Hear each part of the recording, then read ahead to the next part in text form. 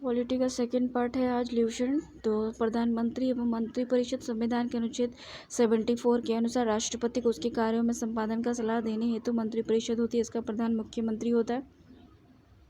संविधान के अनुच्छेद 75 के अनुसार प्रधानमंत्री की नियुक्ति राष्ट्रपति करेगा और अन्य मंत्रियों की नियुक्ति राष्ट्रपति प्रधानमंत्री की सलाह पर करता है। देखो, मंत्रिपरिषद का सदस्य बनने के लिए वैधानिक दृष्टि से यह आवश्यक है कि व्यक्ति संसद के किसी सदन का सदस्य हो। यदि व्यक्ति मंत्री बनते समय संसद सदस्य नहीं हो तो उसे 6 महीने के अंदर संसद सदस्यता बनाना अनिवार्य है, नहीं तो उसे अपना पद छोड़ना पड़ेगा। पद ग्रहण से पूर्व प्रधानमंत्री सहित प्रत्येक मंत्री को राष्ट्रपति के सामने पद और गोपनीयता की शपथ लेनी होती है। सभी मंत्रियों, राज्य मंत्री और उप मंत्रियों को निःशुल्क निवास स्थान और अन्य सुविधाएं प्राप्त होती है। मंत्रिपरिषद सामूहिक रूप से लोकसभा के प्रति उत्तरदायी होती है। यदि लोकसभा किसी एक मंत्री के विरुद्ध विश्वास का प्रस्ताव पारित करे तथा उस विभाग से संबंधित विधेयक को रद्द कर दे तो समस्त मंत्रिमंडल को त्यागपत्र देना होता है। मंत्री 3 प्रकार के होते हैं: कैबिनेट मिनिस्टर, राज्य मंत्री, उप मंत्री। कैबिनेट मंत्री विभाग के अध्यक्ष होते हैं। प्रधानमंत्री एवं कैबिनेट मंत्री को मिलाकर मंत्रिमंडल का निर्माण होता है। प्रधानमंत्री की सलाह पर ही राष्ट्रपति लोकसभा भंग करता है। प्रधानमंत्री योजना आयोग का पदेन अध्यक्ष होता है। प्रधानमंत्री में सबसे बड़ा कार्यकाल प्रधानमंत्री जवाहरलाल नेहरू का रहा। वे कुल 16 साल 9 महीने और 13 दिन तक अपने पद पर रहे। देश की प्रथम महिला प्रधानमंत्री श्रीमती इंदिरा गांधी बनी। वे ऐसी पहली व्यक्ति रही जो 2 अलग-अलग अवधियों में प्रधानमंत्री रही। पहली बार जब इंदिरा गांधी प्रधानमंत्री बनी तो वह राज्यसभा की सदस्य थी। चरण सिंह एकमात्र ऐसे प्रधानमंत्री रहे जो कभी लोकसभा में उपस्थित नहीं हुए। विश्वास मत प्राप्त करने में असफल होने वाले प्रथम प्रधानमंत्री विश्वनाथ प्रताप सिंह हुए और एक कार्यकाल में सबसे कम समय तक प्रधानमंत्री के पद पर रहने वाले प्रधानमंत्री अटल बिहारी वाजपेयी हुए, मात्र 13 दिन। कैबिनेट मंत्रियों में सबसे बड़ा कार्यकाल जगजीवन राम का रहा जो लगभग 32 वर्षों तक कैबिनेट मिनिस्टर रहे।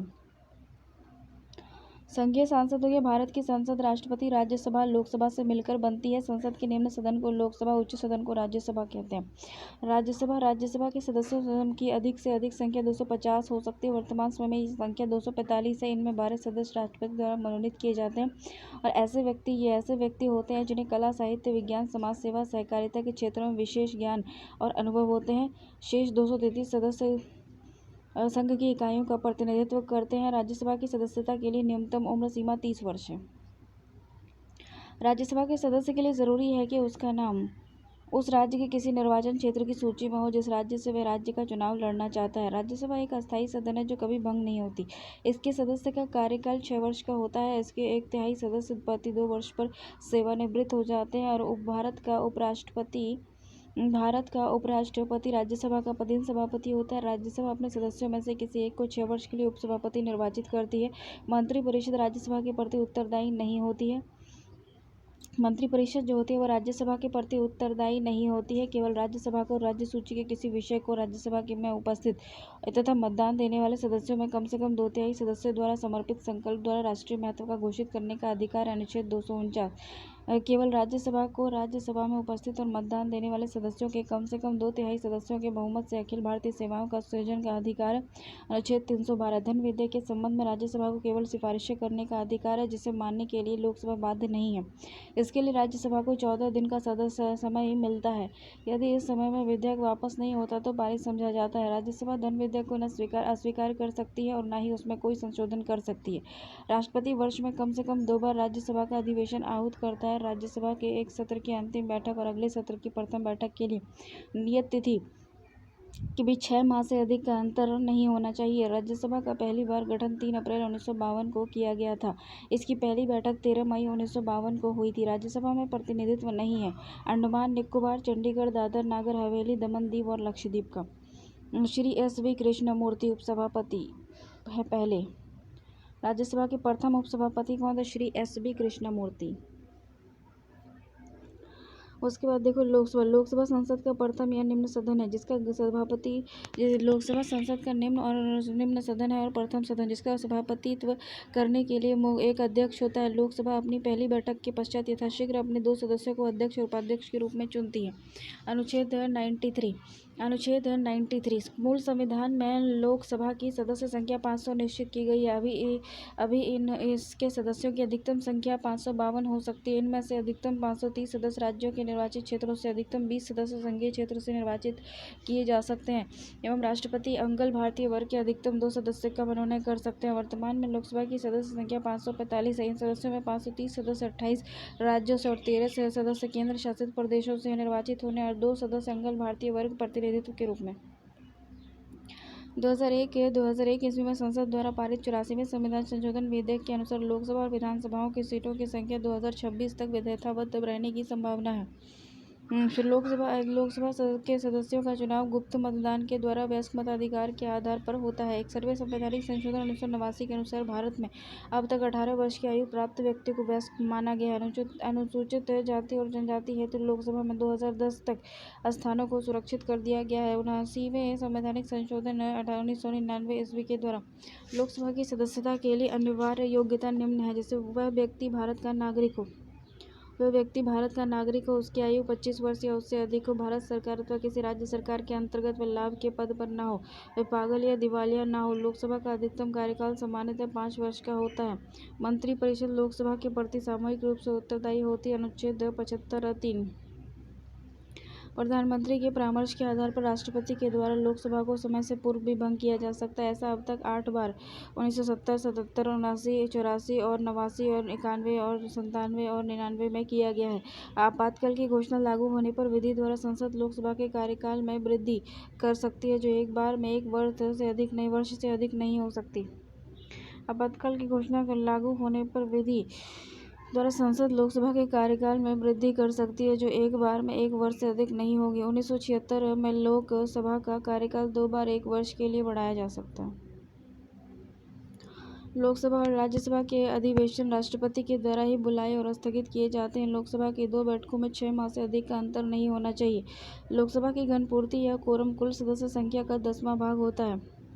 संविधान के अनुच्छेद 108 में संसद के संयुक्त अधिवेशन की व्यवस्था है और संयुक्त अधिवेशन राष्ट्रपति के द्वारा निम्न 3 स्थितियों में बुलाया जा सकता है।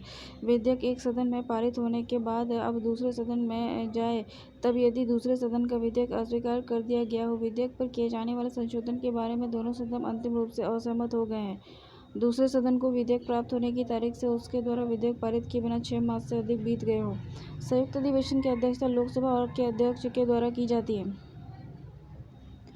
संयुक्त अधिवेशन की जो अध्यक्षता होती है लोकसभा के अध्यक्ष के द्वारा की जाती है और संयुक्त बैठक से अध्यक्ष की अनुपस्थिति के दौरान सदन का उपाध्यक्ष, यदि वह भी अनुपस्थित हो तो राज्यसभा का उपसभापति, या यदि वह भी अनुपस्थित हो तो ऐसे व्यक्ति पीठासीन होंगे जो उस बैठक में उपस्थित सदस्य द्वारा अविधारित किए जाएं। धन विधेयक के संबंध में लोकसभा का निर्णय अंतिम होता है और इस संबंध में संयुक्त अधिवेशन की व्यवस्था नहीं होती। संविधान संशोधन विधेयक पर भी संयुक्त अधिवेशन की व्यवस्था नहीं होती। संविधान संशोधन विधेयक दोनों सदनों में अलग अलग पारित होना चाहिए। लोकसभा के पदाधिकारी, उपाध्यक्ष और लोकसभा के अध्यक्ष। देखो, संविधान के अनुच्छेद 93 के अनुसार लोकसभा स्वयं ही अपने सदस्यों में से एक अध्यक्ष और एक उपाध्यक्ष निर्वाचित करती है। अध्यक्ष उपाध्यक्ष को तथा उपाध्यक्ष अध्यक्ष को त्यागपत्र देता है। लोकसभा के अध्यक्ष अध्यक्ष के रूप में शपथ नहीं लेता। लोकसभा के अध्यक्ष जो है वो अध्यक्ष के रूप में शपथ नहीं लेते, बल्कि सामान्य सदस्य के रूप में शपथ लेते हैं। 14 दिन पूर्व सूचना देकर लोकसभा के तत्कालीन समस्त सदस्यों के बहुमत से पारित संकल्प द्वारा अध्यक्ष उपाध्यक्ष को पद से हटाया जा सकता है। लोकसभा के भंग होने की स्थिति में अध्यक्ष अपना पद अगली लोकसभा की पहली बैठक होने तक रिक्त नहीं करता।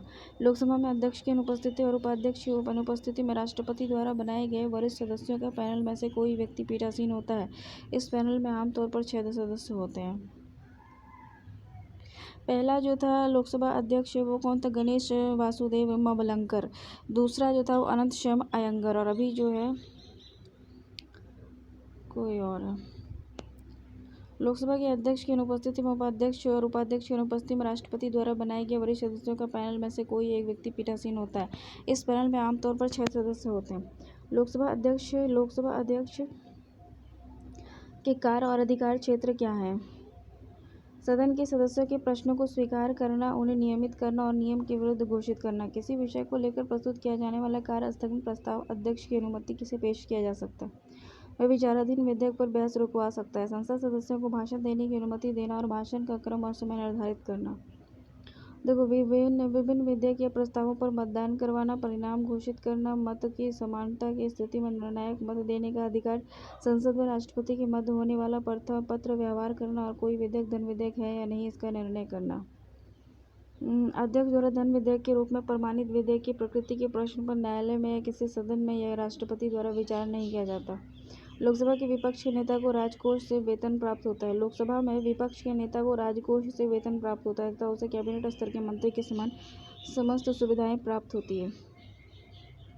प्रथम लोकसभा का कार्यकाल 17 अप्रैल 1952 से 4 अप्रैल 1957 तक रहा था। प्रथम लोकसभा अध्यक्ष मबलांकर थे और उपाध्यक्ष श्री अनंत शयनम थे। क्षेत्रफल की दृष्टि से सबसे बड़ा लोकसभा क्षेत्र लद्दाख, सबसे छोटा लक्षद्वीप। संसद सदस्यों से संबंधित कुछ विशेष बातें। किसी संसद सदस्य की योग्यता अथवा अयोग्यता से संबंधित प्रश्न का अंतिम विनिश्चय चुनाव आयोग की सलाह से राष्ट्रपति करता है। ठीक है ना। एक सदस्य, एक व्यक्ति केवल एक ही सदन का सदस्य रह सकता है। यदि कोई सदस्य सदन की अनुमति के बिना 60 दिनों की अवधि से अधिक समय के लिए सदन के किसी अधिवेशन से अनुपस्थित रहता है तो सदन उसकी सदस्यता समाप्त कर सकता है। संसद सदस्यों को संसद की बैठक के पूर्व या बाद 40 दिन की अवधि के दौरान गिरफ्तारी से मुक्ति प्रदान की गई है। गिरफ्तारी से ये मुक्ति केवल सिविल मामलों में है। आपराधिक मामलों अर्थात निवारक निरोध की विधि के अधीन गिरफ्तारी से छूट नहीं है। भारत की संचित निधि।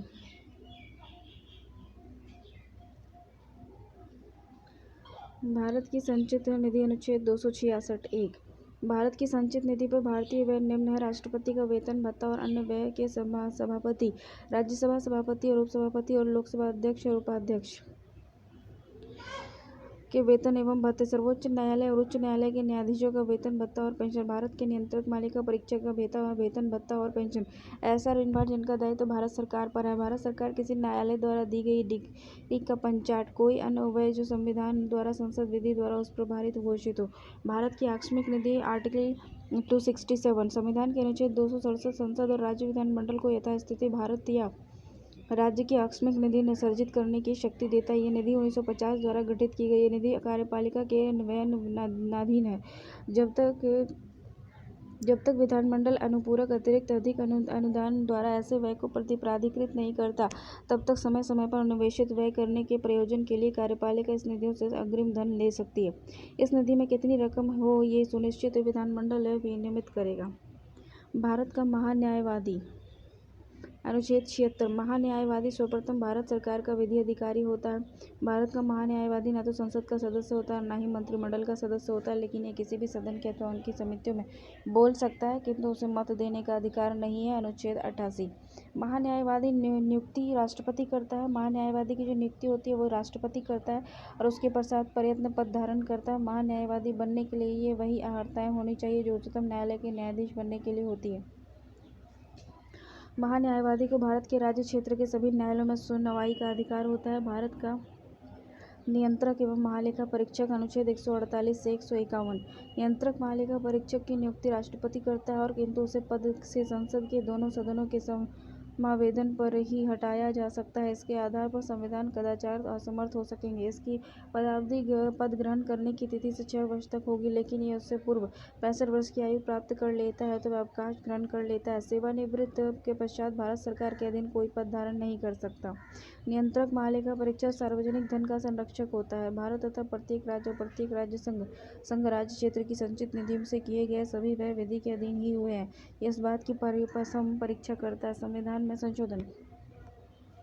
देखो, संविधान के अनुच्छेद 368 में संशोधन की प्रक्रिया का उल्लेख किया गया है। इसमें संशोधन की 3 विधियों को अपनाया गया है: साधारण विधि द्वारा संशोधन, संसद के विशेष बहुमत के द्वारा संशोधन और संसद के विशेष बहुमत और राज्य के विधानमंडलों की स्वीकृति से संशोधन। साधारण विधि क्या है? तो साधारण विधि द्वारा जो संसद के साधारण बहुमत द्वारा पारित विधेयक राष्ट्रपति की स्वीकृति मिलने पर कानून बन जाता है और इसके अंतर्गत राष्ट्रपति की पूर्व अनुमति मिलने पर निम्न संशोधन किए जा सकते हैं: नए राज्यों का निर्माण, राज्य क्षेत्र सीमा और नाम में परिवर्तन, संविधान की नागरिकता संबंधी अनुसूचित क्षेत्र और जनजातियों के प्रशासन संबंधी और केंद्र द्वारा प्रशासित क्षेत्र की प्रशासन संबंधी व्यवस्थाएं होती हैं। विशेष बहुमत द्वारा संशोधन, यदि संसद के प्रत्येक सदन के द्वारा कुल सदस्यों का बहुमत तथा उपस्थित मतदान में भाग लेने वाले सदस्यों के 2/3 मतों से विधेयक पारित हो जाए तो राष्ट्रपति की स्वीकृति मिलते ही वह संशोधन विधेयक का अंग बन सकता है। न्यायपालिका तथा राज्यों के अधिकारी तथा शक्ति जैसे कुछ अवशिष्ट बातों को छोड़कर संविधान की अन्य सभी व्यवस्थाओं में इसी प्रक्रिया के द्वारा संशोधन किया जाता है। संसद के विशेष बहुमत एवं राज्य विधानमंडल की स्वीकृति से संशोधन संविधान के कुछ अनुच्छेदों में संशोधन के लिए विधेयक को संसद के दोनों सदनों के विशेष बहुमत तथा राज्यों के कुल विधानमंडलों से आधे द्वारा स्वीकृति आवश्यक है। इसके द्वारा किए जाने वाले संशोधन प्रमुख विषय हैं, जैसे राष्ट्रपति का निर्वाचन अनुच्छेद 54, राष्ट्रपति निर्वाचन की कार्य पद्धति, संघ की कार्यपालिका शक्ति का विस्तार, राज्य की कार्यपालिका शक्ति का विस्तार, केंद्र शासित क्षेत्रों के लिए उच्च न्यायालय, संघीय न्यायपालिका, राज्य के उच्च न्यायालय, संघ और राज्यों के विधायी संबंधी 7वीं अनुसूची का कोई विषय, संसद में राज्यों का प्रतिनिधित्व, संविधान संशोधन की प्रक्रिया से संबंधित उपबंध। न्यायपालिका देखते हैं। भारत की न्यायिक व्यवस्था एक गहरी और एकीकृत है, जिसके शिखर पर भारत का उच्चतम न्यायालय है। उच्चतम न्यायालय दिल्ली में स्थित है। उच्चतम न्यायालय की स्थापना, संगठन, गठन और अधिकारिता और शक्तियों के विनियमन से संबंधित विधि निर्माण की शक्ति भारतीय संसद को प्राप्त है। उच्चतम न्यायालय का गठन संबंधी प्रावधान क्या है? अनुच्छेद 124 में दिया गया है। उच्चतम न्यायालय में एक मुख्य न्यायाधीश तथा 30 अन्य न्यायाधीश होते हैं। उच्चतम न्यायालय में मुख्य न्यायाधीश सहित कुल 8 न्यायाधीशों की संख्या संविधान में उच्चतम न्यायालय में मुख्य न्यायाधीश सहित 8 न्यायाधीशों की व्यवस्था। ये तो गलत है, ये बदल गया है। देखो, उच्चतम न्यायालय में एक मुख्य न्यायाधीश तथा 30 अन्य न्यायाधीश होते हैं। उच्चतम न्यायालय में मुख्य न्यायाधीश सहित कुल 8 न्यायाधीशों की व्यवस्था संविधान के मूलतः की गई थी। बाद में काम के बढ़ते दबाव को देखते हुए 1956 में उच्चतम न्यायालय में अधिनियम में संशोधन कर न्यायाधीशों की संख्या बढ़ाकर 11 की गई। तदुपरांत 1960 में ये बढ़ाकर 14, 1978 में 18, 86 में 26 हो गई और केंद्र सरकार ने फरवरी 2008 को उच्चतम न्यायालय में मुख्य न्यायाधीशों के अतिरिक्त न्यायाधीशों की संख्या 25 से बढ़ाकर 30 करने का फैसला लिया। इन न्यायाधीशों की नियुक्ति राष्ट्रपति के द्वारा होती है। उच्चतम न्यायालय के न्यायाधीश बनने के लिए न्यूनतम आयु सीमा निर्धारित नहीं की गई है। एक बार नियुक्ति होने के बाद उनके अवकाश ग्रहण करने की आयु सीमा 65 वर्ष है। उच्चतम न्यायालय के न्यायाधीश साबित कदाचार और असमर्थता के आधार पर संसद के प्रत्येक सदन में विशेष बहुमत से पारित समावेदन के आधार पर राष्ट्रपति के द्वारा हटाए जा सकते हैं। उच्चतम न्यायालय के मुख्य न्यायाधीश को 1 लाख रुपये प्रतिमाह नहीं, वेतन बदल गया है वो वाले सेक्शन में। ठीक है। उच्चतम न्यायालय न्यायाधीश के लिए योग्यता। ठीक है। उच्चतम न्यायालय न्यायाधीशों के लिए योग्यता कि ये भारत का नागरिक हो, ये किसी उच्च न्यायालय अथवा दो या दो से अधिक न्यायालयों में लगातार कम से कम 5 वर्षों तक न्यायाधीश के रूप में कार्य कर चुका है, किसी उच्च न्यायालय और न्यायालयों में लगातार 10 वर्ष तक अधिवक्ता रह चुका हो, राष्ट्रपति की दृष्टि से कानून का उच्च कोटि का ज्ञाता हो। उच्चतम न्यायालय के न्यायाधीश अवकाश प्राप्त करने के बाद भारत में किसी भी न्यायालय में किसी भी अधिकारी के सामने वकालत नहीं कर सकते। उच्चतम न्यायालय के न्यायाधीशों को पद और गोपनीयता की शपथ राष्ट्रपति दिलाता है। मुख्य न्यायाधीश राष्ट्रपति की पूर्व स्वीकृति लेकर दिल्ली के अतिरिक्त किसी अन्य स्थान पर सर्वोच्च न्यायालय की बैठक बुला सकता है। अब तक हैदराबाद और श्रीनगर में इस प्रकार की बैठकें आयोजित की जा चुकी हैं।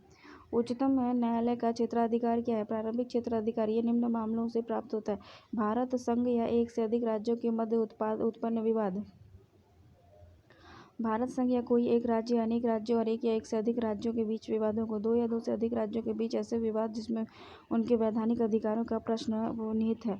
प्रारंभिक क्षेत्राधिकार के अंतर्गत उच्चतम न्यायालय के उसी विवाद को निर्णय के लिए स्वीकार करेगा जिससे किसी तथ्य या विधि का प्रश्न शामिल है। अपीलीय क्षेत्राधिकार देखो, देश का सबसे बड़ा अपीलीय न्यायालय उच्चतम न्यायालय है। इसे भारत के सभी उच्च न्यायालय के निर्णय के विरुद्ध अपील सुनने का अधिकार है। इसके अंतर्गत 3 प्रकार के प्रकरण होते हैं: संवैधानिक, दीवानी और फौजदारी। परामर्शदात्री क्षेत्राधिकार है। राष्ट्रपति को यह अधिकार है कि वह सार्वजनिक महत्व के विवादों पर उच्चतम न्यायालय का परामर्श मांग सकता है। अनुच्छेद 143 न्यायालय के परामर्श को स्वीकार और अस्वीकार करना राष्ट्रपति के विवेक पर निर्भर करता है। पुनर्विचार संबंधी क्षेत्राधिकार क्या है? संविधान के अनुच्छेद 137 के अनुसार सर्वोच्च न्यायालय को यह अधिकार प्राप्त है कि वह स्वयं द्वारा दिए गए आदेश या निर्णय पर पुनर्विचार कर सके तथा यदि उचित समझे तो उसमें आवश्यक परिवर्तन ला सकता है। अभिलेख का न्यायालय देखो, संविधान का अनुच्छेद 129 उच्चतम न्यायालय को अभिलेख न्यायालय का स्थान प्रदान करता है। इसका आशय यह है कि इस न्यायालय के निर्णय सब जगह साक्षी के रूप में स्वीकार किए जाएंगे और इसकी प्रामाणिकता के विषय में प्रश्न नहीं किया जाएगा। देखो, मौलिक अधिकारों का रक्षक कौन है? भारत का उच्चतम न्यायालय सुप्रीम कोर्ट ऑफ इंडिया नागरिकों के मौलिक अधिकारों का रक्षक होता है। आर्टिकल 32 सर्वोच्च न्यायालय को विशेष रूप से उत्तरदायी ठहराता है और वह मौलिक अधिकारों को लागू कराने के लिए आवश्यक कार्रवाई कर सकता है। कोई भी न्यायालय मौलिक अधिकारों की रक्षा के लिए बंदी, प्रत्यक्षीकरण, परमादेश प्रतिषेध अधिकार परीक्षण लेख और प्रश्न लेख जारी कर सकता है। देखो, उच्च न्यायालय, हाईकोर्ट। संविधान के अनुसार प्रत्येक राज्य के लिए उच्च न्यायालय होगा, आर्टिकल 2(1) अनुच्छेद 214। लेकिन संसद विधि द्वारा 2 या 2 से अधिक राज्यों और किसी संघ राज्य क्षेत्र के लिए एक ही हाईकोर्ट स्थापित कर सकती है, आर्टिकल 231। लाइट चली गई। आर्टिकल 231। वर्तमान में पंजाब, हरियाणा, असम, नागालैंड, मेघालय, मणिपुर, त्रिपुरा, मिजोरम, अरुणाचल प्रदेश, महाराष्ट्र, गोवा, दादर नगर हवेली और दमन दीव और पश्चिम बंगाल, अंडमान निकोबार द्वीप समूह आदि के लिए एक ही उच्चतम न्यायालय की व्यवस्था है।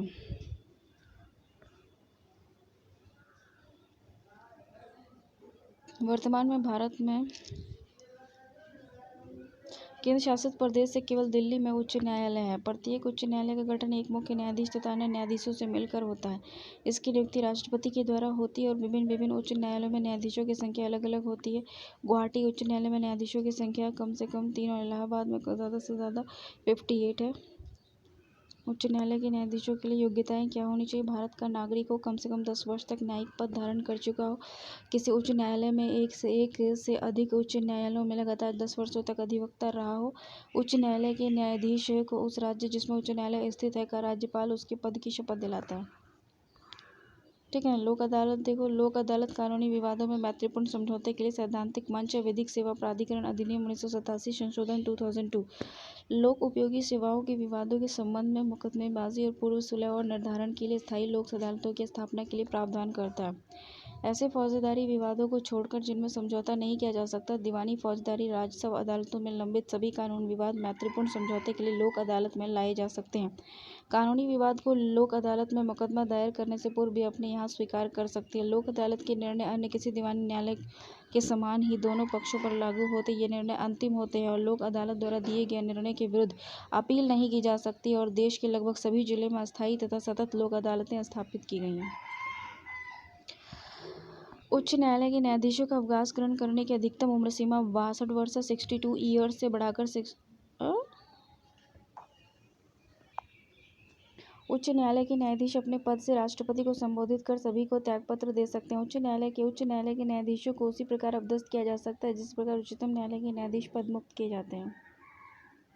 तो जिस व्यक्ति ने उच्च न्यायालय से स्थायी न्यायाधीश के रूप में कार्य किया है वह उस न्यायालय में वकालत नहीं कर सकते, किंतु वे किसी दूसरे उच्च न्यायालय अथवा उच्चतम न्यायालय में वकालत कर सकते हैं। राष्ट्रपति आवश्यकता अनुसार किसी भी उच्च न्यायालय में न्यायाधीशों की संख्या में वृद्धि कर सकता है अथवा अतिरिक्त न्यायाधीशों की नियुक्ति कर सकता है। राष्ट्रपति उच्च न्यायालय के किसी अवकाश प्राप्त न्यायाधीशों को भी उच्च न्यायालय के न्यायाधीश के रूप में कार्य करने का अनुरोध कर सकता है। उच्च न्यायालय का अभिलेख न्यायालय होता है और उसके निर्णय आधिकारिक माने जाते हैं तथा इसके आधार पर न्यायालय अपना निर्णय देते हैं। भारत के मुख्य न्यायाधीश से परामर्श कर राष्ट्रपति उच्च न्यायालय के किसी भी न्यायाधीश का हस्तांतरण किसी दूसरे उच्च न्यायालय में कर सकता है। भारत का मुख्य न्यायाधीश यानी चीफ जस्टिस ऑफ इंडिया जो है वो राष्ट्रपति से परामर्श करके किसी भी न्यायाधीश को हस्तांतरण और दूसरे राज्य में कर सकता है।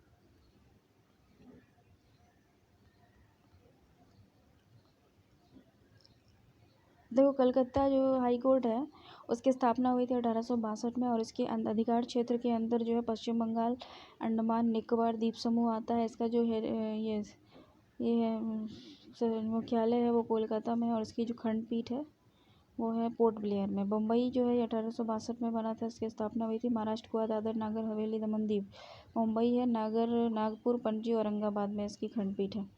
मद्रास जो था वो 1862 में इसकी स्थापना हुई थी, मद्रास हाई कोर्ट के 1862 में। तमिलनाडु पुदुचेरी हो गया इसका क्षेत्रीय अधिकार और चेन्नई में इसका जो है मूल स्थान है और मदुरई में इसकी खंडपीठ है। ठीक है। इलाहाबाद जो 1866 में बना था, उत्तर प्रदेश में है और इलाहाबाद हमें इसकी मूल स्थान है इलाहाबाद हाई कोर्ट का और लखनऊ में इसकी खंडपीठ है। कर्नाटका जो 1884 में इसकी स्थापना हुई थी, कर्नाटका हाई कोर्ट की, कर्नाटक में है, बंगलोर में है। पटना जो था 1916 में इसके पटना हाई कोर्ट की स्थापना हुई थी और बिहार में है, बिहार इसका अधिकार क्षेत्र और पटना में ही इसका जो है हाई कोर्ट है। जम्मू कश्मीर इसकी कोई खंडपीठ नहीं। जम्मू कश्मीर का जो है 1928 में मतलब जम्मू श्रीनगर जम्मू। उड़ीसा 1948 में उड़ीसा कटक। गुवाहाटी 1948 में मणिपुर असम गुवाहाटी। त्रिपुरा नागालैंड मिजोरम अरुणाचल प्रदेश। गुवाहाटी में जो 1948 में हाईकोर्ट की स्थापना हुई इसके अधिकार क्षेत्र के अंदर असम, मणिपुर, मेघालय, त्रिपुरा, नागालैंड, मिजोरम, अरुणाचल प्रदेश। सेवन सिस्टर्स के लिए जो है गुवाहाटी हाई कोर्ट 1948 में बना था और गुवाहाटी में इसका हाई कोर्ट है। और कोहिमा, इम्फाल, अगरतला, शिलोंग, आइजोल, ईटानगर, जयपुर में क्या है, इसका खंडपीठ है। राजस्थान में जो है 1949 में जो है एक हाई कोर्ट की स्थापना हुई थी। राजस्थान में जोधपुर में है इसका और जयपुर इसकी खंडपीठ है। आंध्र प्रदेश 1954 में आंध्र प्रदेश, हैदराबाद, तेलंगाना, मध्य प्रदेश 1956 में मध्य प्रदेश, जबलपुर, ग्वालियर, इंदौर। इसी तरह से झारखंड में रांची है, 2001 में इसकी स्थापना हुई थी।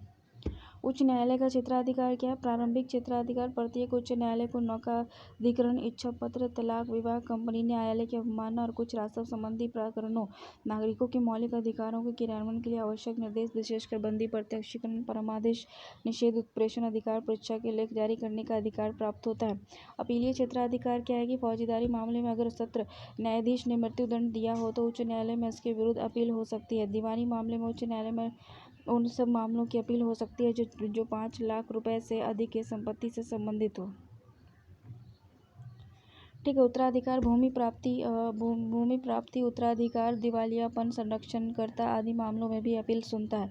उच्च न्यायालय में मुकदमे का हस्तांतरण यदि किसी उच्च न्यायालय को ऐसा लगे कि जो अभियोग अधीनस्थ न्यायालय में विचाराधीन है वह विधि के किसी सारगर्भित प्रश्न से संबद्ध है तो वह उसे अपने यहाँ हस्तांतरित कर सकता है तो उसका निपटारा स्वयं कर देता है। ये विधि से संबद्ध प्रश्न को निपटाकर अधीनस्थ न्यायालय को निर्णय के लिए वापस भेज सकता है। शासकीय अधिकार क्या है? उच्चतम न्यायालय को अपने अधीनस्थ न्यायालय में नियुक्ति, पदावधि, पदोन्नति और छुट्टियों के संबंध में नियम बनाने का अधिकार है। उच्च न्यायालय राज्य में अपील का सर्वोच्च न्यायालय नहीं है। राज्य सूची से संबद्ध विषयों में भी उच्च न्यायालय के नियमों के विरुद्ध उच्चतम न्यायालय में अपील हो सकती है। राज्य की कार्यपालिका देखो, राज्यपाल संविधान के भाग 6 में राज्य शासन के लिए प्रावधान किया गया है। ये राज्य का प्रावधान किया गया है संविधान के भाग 6 में। इसमें जम्मू कश्मीर में अब लागू है। राज्य की कार्यपालिका शक्ति का प्रमुख राज्यपाल होता है। वह प्रत्यक्ष रूप से और अधीनस्थ अधिकारियों के माध्यम से इसका उपयोग करता है। प्रत्येक राज्य में एक राज्यपाल होता है, लेकिन एक ही राज्यपाल को 2 या 2 से अधिक राज्यों का राज्यपाल नियुक्त किया जा सकता है। राज्यपाल की योग्यता क्या होनी चाहिए? राज्यपाल पद पर नियुक्त किए जाने वाले व्यक्ति में निम्न योग्यताएं होनी चाहिए। वह भारत का नागरिक हो, वह 35 वर्ष पूरी कर चुका हो, किसी प्रकार के लाभ के पद पर न हो, वह राज्य विधानसभा का सदस्य चुने जाने योग्य हो। राज्यपाल की नियुक्ति राष्ट्रपति द्वारा 5 वर्षों की अवधि के लिए की जाती है, परंतु ये राष्ट्रपति के प्रसाद पर्यंत पद धारण करता है। राज्यपाल का वेतन भत्ता सब भारत की संचित निधि पर भारित है और अधिक राज्यों का एक ही राज्यपाल हो, इसलिए दोनों राज्यपालों का वेतन उस अनुपात में दिया जाएगा जैसे राष्ट्रपति निर्धारित करे। राज्यपाल पद ग्रहण करने से पूर्व उच्च न्यायालय के मुख्य न्यायाधीश और वरिष्ठतम न्यायाधीश के सम्मुख अपने पद की शपथ लेता है।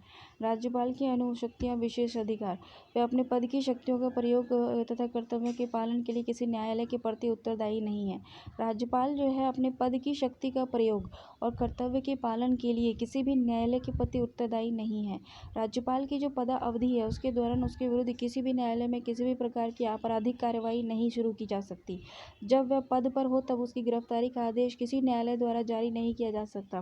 राज्यपाल का पद ग्रहण करने से पूर्व या पश्चात उसके द्वारा किए गए कार्य के संबंध में कोई सिविल कार्रवाई करने से पहले उसे 2 माह पूर्व सूचना देनी पड़ती है। राज्यपाल की शक्ति और कार्य क्या है? जैसे कार्यपालिका संबंधी कार्य हो गया। राज्य के समस्त कार्यपालिका और कार्य राज्यपाल के नाम से किए जाते हैं। राज्यपाल मुख्यमंत्री को तथा मुख्यमंत्री की सलाह से उसके मंत्रिपरिषद के सदस्यों को नियुक्त करता है तथा उन्हें अपने पद और गोपनीयता की शपथ दिलाता है। राज्यपाल राज्य के उच्च अधिकारी जैसे महाधिवक्ता, राज्य लोक सेवा आयोग के अध्यक्ष, सदस्यों की नियुक्ति करता है। राज्य के उच्च न्यायालय में न्यायाधीशों की नियुक्ति के संबंध में राष्ट्रपति को परामर्श देता है। राज्यपाल का अधिकार है कि वे राज्य के प्रशासन के संबंध में मुख्यमंत्री से सूचना प्राप्त करे। जब राज्य का प्रशासन संवैधानिक तंत्र के अनुसार चलाया जा रहा हो तो राज्यपाल राष्ट्रपति से राज्य में राष्ट्रपति शासन की सिफारिश करता है। राष्ट्रपति शासन के समय राज्यपाल केंद्र सरकार के अभिकर्ता के रूप में राज्य का प्रशासन चलाता है। राज्यपाल राज्य के विश्वविद्यालय का कुलाधिपति होता है। कुलपतियों को भी नियुक्त करता है। विधायी अधिकार। राज्यपाल विधानमंडल का अभिन्न अंग होता है। राज्यपाल विधानमंडल का सत्रावसान करता है, उसका विघटन करता है। राज्यपाल विधानसभा के अधिवेशन अथवा दोनों सदन के संयुक्त अधिवेशन को संबोधित करता है। वह राज्य विधान परिषद के कुल सदस्य का 1/6 भाग सदस्यों को नियुक्त करता है जिनका संबंध साहित्य, कला, समाज सेवा, सहकारिता आंदोलन आदि से रहा हो। राज्य विधानसभा के किसी सदस्य पर अयोग्यता का प्रश्न उत्पन्न होता है तो अयोग्यता संबंधी विवाद का निर्धारण राज्यपाल चुनाव आयोग से परामर्श करके करता है। राज्य विधानमंडल द्वारा पारित विधेयक राज्यपाल के हस्ताक्षर के बाद ही कानून बन जाते हैं। यदि विधानसभा में अंगल भारतीय समुदाय को पर्याप्त प्रतिनिधित्व प्राप्त है तो राज्यपाल उस समुदाय के एक व्यक्ति को विधानसभा का सदस्य मनोनीत कर सकता है।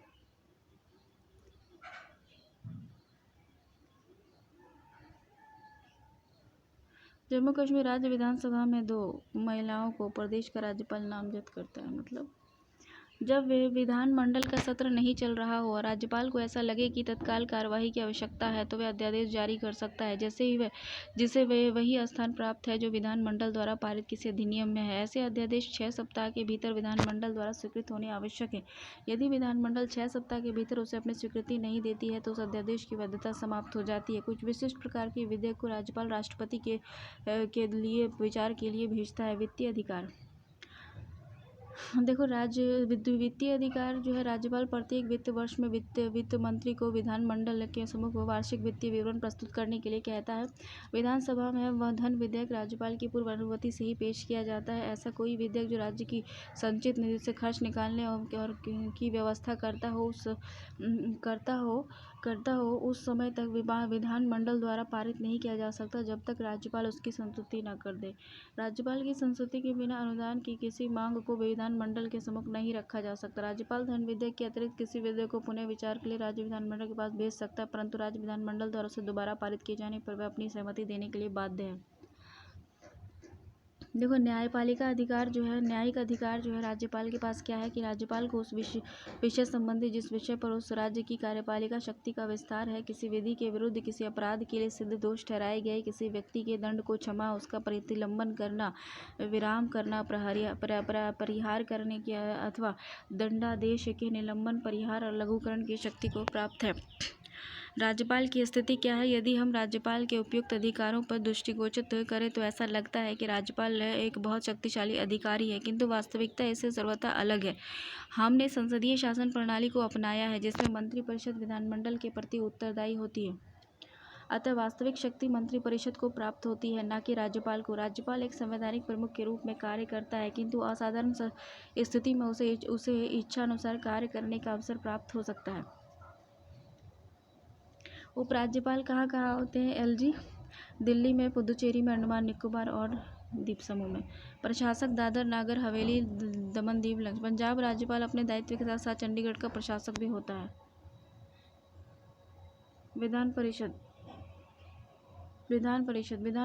द्वारा विधानमंडल का उच्च सदन होता है। यदि किसी राज्य की विधानसभा अपने कुल सदस्यों के पूर्ण बहुमत तथा उचित मतदान करने वाले सदस्यों के 2/3 बहुमत से प्रस्ताव पारित करे तो संसद उस राज्य में विधान परिषद स्थापित कर सकती है तथा उसका लोप कर सकती है। वर्तमान में केवल 7 राज्य उत्तर प्रदेश, कर्नाटक, जम्मू कश्मीर, महाराष्ट्र, बिहार, आंध्र प्रदेश, तमिलनाडु में विधान परिषदें हैं।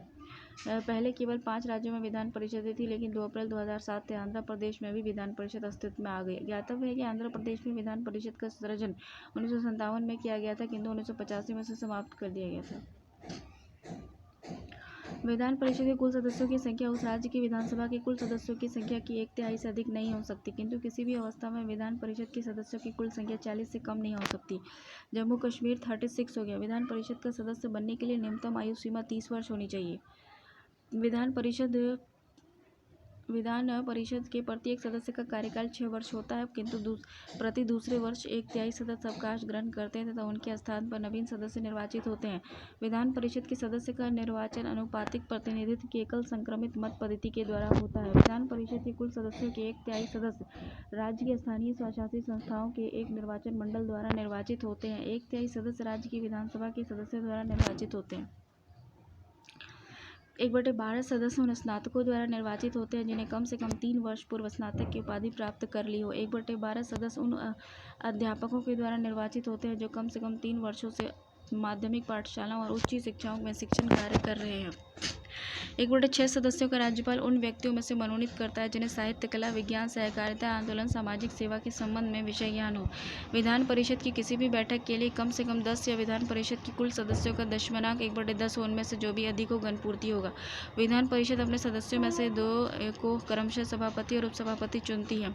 सभापति एवं उपसभापति को विधानमंडल के द्वारा निर्धारित वेतन भत्ते प्राप्त होते हैं। सभापति उपसभापति को संबोधित कर एवं उपसभापति सभापति को संबोधित कर त्यागपत्र दे सकता है अथवा परिषद के सदस्यों को बहुमत से पारित प्रस्ताव द्वारा उसे अपदस्थ भी कर सकता है, किंतु ऐसे प्रस्ताव को लाने के लिए 14 दिन की पूर्व सूचना आवश्यक है। ठीक है। विधानसभा का कार्यकाल 5 वर्ष है, किंतु विशेष परिस्थिति में राज्यपाल को यह अधिकार है कि वह उससे पूर्व भी उसको विघटित कर सकता है। देखो, विधानसभा के सत्रावसान के आदेश राज्यपाल के द्वारा दिए जाते हैं। विधानसभा में निर्वाचन होने के लिए न्यूनतम आयु सीमा 25 वर्ष है। प्रत्येक राज्य की विधानसभा में कम से कम 60 और अधिक से अधिक 500 सदस्य होते हैं। अपवाद स्वरूप गोवा 40, सिक्किम 40, मिजोरम 40, सिक्किम 32 अनुच्छेद 371 के तहत विशेष राज्य के दर्जा देकर व्यवस्था की गई है। विधानसभा की अध्यक्षता करने के लिए एक अध्यक्ष का चुनाव करने का अधिकार सदन को प्राप्त है, जो उसी बैठक का संचालन करता है। देखो, साधारणतः जो विधानसभा अध्यक्ष सदन में मतदान नहीं करता, किंतु यदि सदन में मत बराबरी में बढ़ जाए तो यह निर्णायक मत देता है। जब कभी अध्यक्ष को उसके पद से हटाने का प्रस्ताव विचाराधीन हो तो उस समय वह सदन की बैठक की अध्यक्षता नहीं कर सकता। किसी विधेयक को धन विधेयक माना जाए अथवा नहीं, इसका निर्णय विधानसभा अध्यक्ष ही करता है। सदन की बैठकों के लिए सदन के कुल सदस्यों को 1/10 कोरम के रूप में गणपूर्ति आवश्यक है। विधानसभा के अधिकार और कार्य क्या हैं? जैसे कि विधि निर्माण, इसे राज्य सूची से संबंधित विषयों पर विधि निर्माण और अन्य अधिकार प्राप्त है। संवर्ती सूची से संबद्ध विषयों पर संसद की तरह राज्य विधानमंडल भी विधि निर्माण कर सकती है, किंतु यदि दोनों द्वारा निर्मित विधियों में परस्पर विरोध की स्थिति उत्पन्न हो जाए तो उसमें केंद्र की जो संसदीय विधि जो है वो मान्य होगी। वित्तीय विषयों से संबंधित प्रक्रिया क्या है कि राज्य विधानमंडल राज्य सरकार की वित्तीय अवस्था को पूर्णतः नियंत्रित करता है। प्रत्येक वित्तीय वर्ष के प्रारंभ में विधानमंडल के सम्मुख वार्षिक वित्तीय विवरण और बजट प्रस्तुत किया जाता है, जिससे शासन की आय और व्यय का विवरण रहता है। बजट वित्त मंत्री द्वारा रखा जाता है। कोई धन विधेयक प्रारंभ में विधान परिषद में प्रस्तुत नहीं किया जा सकता। जब विधानसभा किसी धन विधेयक को पारित कर देती है तब वह विधानसभा परिषद के पास भेज दिया जाता है। विधान परिषद को 14 दिनों के भीतर विधानसभा को लौटाना पड़ता है। विधान परिषद उस विधेयक के संबंध में संतुष्टियों को दे सकता है, किंतु वह न तो उसे स्वीकार कर सकता है और न उसमें संशोधन कर सकता है। विधान सभा द्वारा पारित किए जाने के 14 दिनों के बाद विधेयक को दोनों सदनों द्वारा पारित समझ लिया जाता है तथा राज्यपाल को उस पर अपनी सहमति देनी पड़ती है। कार्यपालिका पर नियंत्रण, मंत्रिपरिषद सामूहिक रूप से विधानसभा के प्रति उत्तरदायी है। जब कभी मंत्रिपरिषद के विरुद्ध अविश्वास प्रस्ताव पारित हो जाता है तो समवर्ती समूची मंत्रिपरिषद को त्यागपत्र देना पड़ता है। संवैधानिक संशोधन संघीय स्वरूप को प्रभावित करने वाला कोई संविधान संशोधन विधेयक यदि संसद के दोनों सदनों के द्वारा पारित हो जाता है तो आधे से अधिक राज्यों के विधानमंडल द्वारा इसकी पुष्टि आवश्यक होती है। निर्वाचन संबंधी अधिकार, राष्ट्रपति के निर्वाचन में जितना मताधिकार संसद के दोनों सदनों के सदस्यों को प्राप्त है, उतना ही राज्य की विधानसभाओं के निर्वाचित सदस्यों को प्राप्त है। देखो, मुख्यमंत्री की नियुक्ति राज्यपाल द्वारा किया जाता है और साधारणतः वैसे व्यक्ति को मुख्यमंत्री नियुक्त किया जाता है जिस विधानसभा में बहुमत दल का नेता होता है। राष्ट्रीय राजधानी क्षेत्र दिल्ली के चुनाव पश्चात मुख्यमंत्री की नियुक्ति राष्ट्रपति द्वारा की जाती है और मुख्यमंत्री राष्ट्रपति के प्रति उत्तरदायी होता है। देखो, मुख्यमंत्री ही शासन का प्रमुख प्रवक्ता होता है और मंत्री परिषदों की बैठकों की अध्यक्षता करता है और मंत्री परिषद के निर्णयों को मुख्यमंत्री ही राज्यपाल तक पहुंचाता है।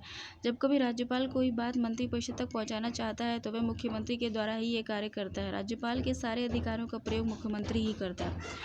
देखो, अगर वरीयता क्रम देखा जाए, ये एग्जाम के लिए बहुत ही इंपॉर्टेंट है। वरीयता क्रम, इसमें जो होता है भारतीय राज्य व्यवस्था में वरीयता क्रम क्या है। भारतीय राज्य व्यवस्था के विभिन्न पदाधिकारियों का वरीयता क्रम इस प्रकार है। जैसे कि सबसे 1 पोजीशन जो आता है वो राष्ट्रपति का होता है। राष्ट्रपति नंबर 1 है, उसके बाद उपराष्ट्रपति है, उसके बाद प्रधानमंत्री है, उसके बाद राज्यों के राज्यपाल है। ठीक है ना,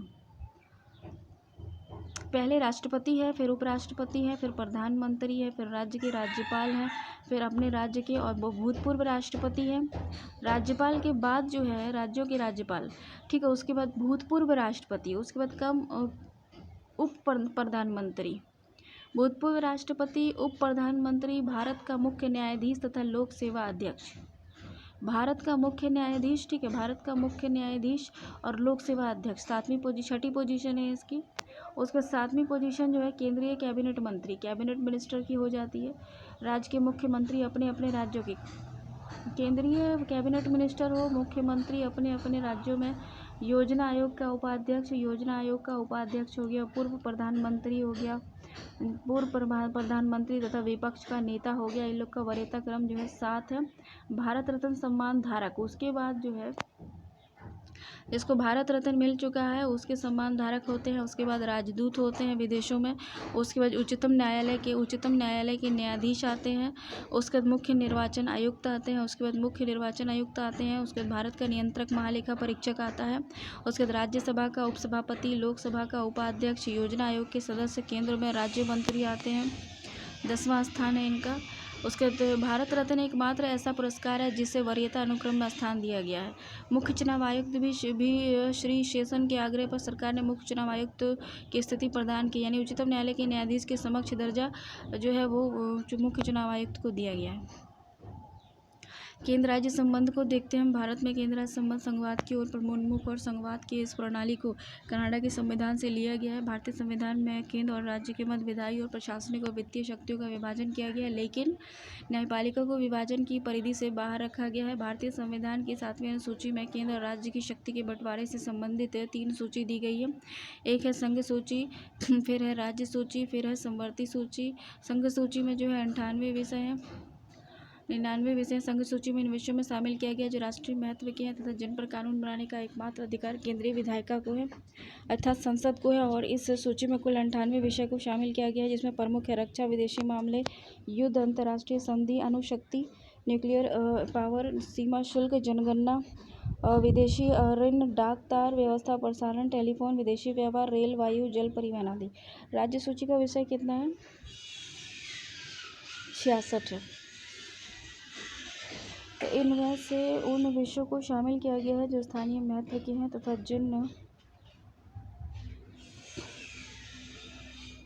इस सूची में शामिल विषय हैं, जैसे कि परिस्थितियों में संसद भी कानून बना सकती है। और इस सूची में शामिल विषयों की संख्या 62 नहीं 66 है, जिनमें प्रमुख है लोक सेवा, कृषि, वन, जिसमें लोक सेवा है, कृषि है, वन है, कारागार, भू राजस्व है, लोक व्यवस्था है, पुलिस, लोक स्वास्थ्य है, स्थानीय स्वशासन, क्रय विक्रय और सिंचाई है।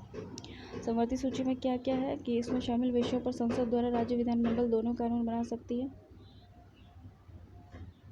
और यदि दोनों कानून के विरोध में हो तो संसद द्वारा निर्मित कानून लागू होगा। 52 विषयों में शामिल किया गया। इनमें से प्रमुख राष्ट्रीय जलमार्ग, परिवहन नियोजन, जनसंख्या नियंत्रण, समाचार पत्र, कारखाना, शिक्षा, आर्थिक सामाजिक नियोजन।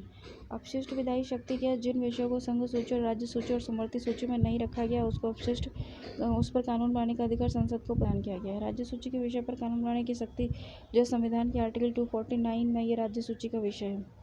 प्रावधान किया गया है कि यदि राज्यसभा अपने उपस्थित और मतदान करने वाले सदस्यों के 2/3 बहुमत से जो है पारित कर सकती है। राष्ट्रपति हित को ध्यान में रखकर संसद राज्य सूची के विषय पर कानून बनाए तो संसद को राज्य सूची में वर्णित विषयों पर कानून बनाने की शक्ति प्राप्त हो जाती है। यह संसद द्वारा इस प्रकार बनाया गया कानून 1 वर्ष के लिए परिवर्तनीय है, तो लेकिन राज्यसभा द्वारा पारित कर इसे बार कई वर्ष के लिए बढ़ाया जा सकता है। राज्यों की सहमति से भी संसद राज्य सूची पर कानून बना सकती है। राष्ट्रपति आपात और राष्ट्रपति शासन के समय भी संसद को राज्य सूची पर कानून बनाने का अधिकार है। संघ के प्रमुख राजस्व स्रोत क्या हैं? जैसे निगम कर, सीमा शुल्क, निर्यात शुल्क, कृषि भूमि को छोड़कर अन्य संपत्ति पर संपदा शुल्क, विदेशी ऋण, रेल, रिजर्व बैंक और शेयर बाजार। राज्य के प्रमुख राजस्व स्रोत क्या हैं? व्यक्ति कर, कृषि कर, भूमि कर, व्यक्ति कर, कृषि कर, भूमि कर, संपदा शुल्क, स्टैंप ड्यूटी, भूमि और भवन, लैंड और भवन पर कर, पशु और नौकायन पर कर, विक्रय कर, वाहनों पर चुंगी। केंद्र राज्यों के मध्य विवाद को सुलझाने के लिए मुख्यतः 4 आयोग गठित किए गए थे।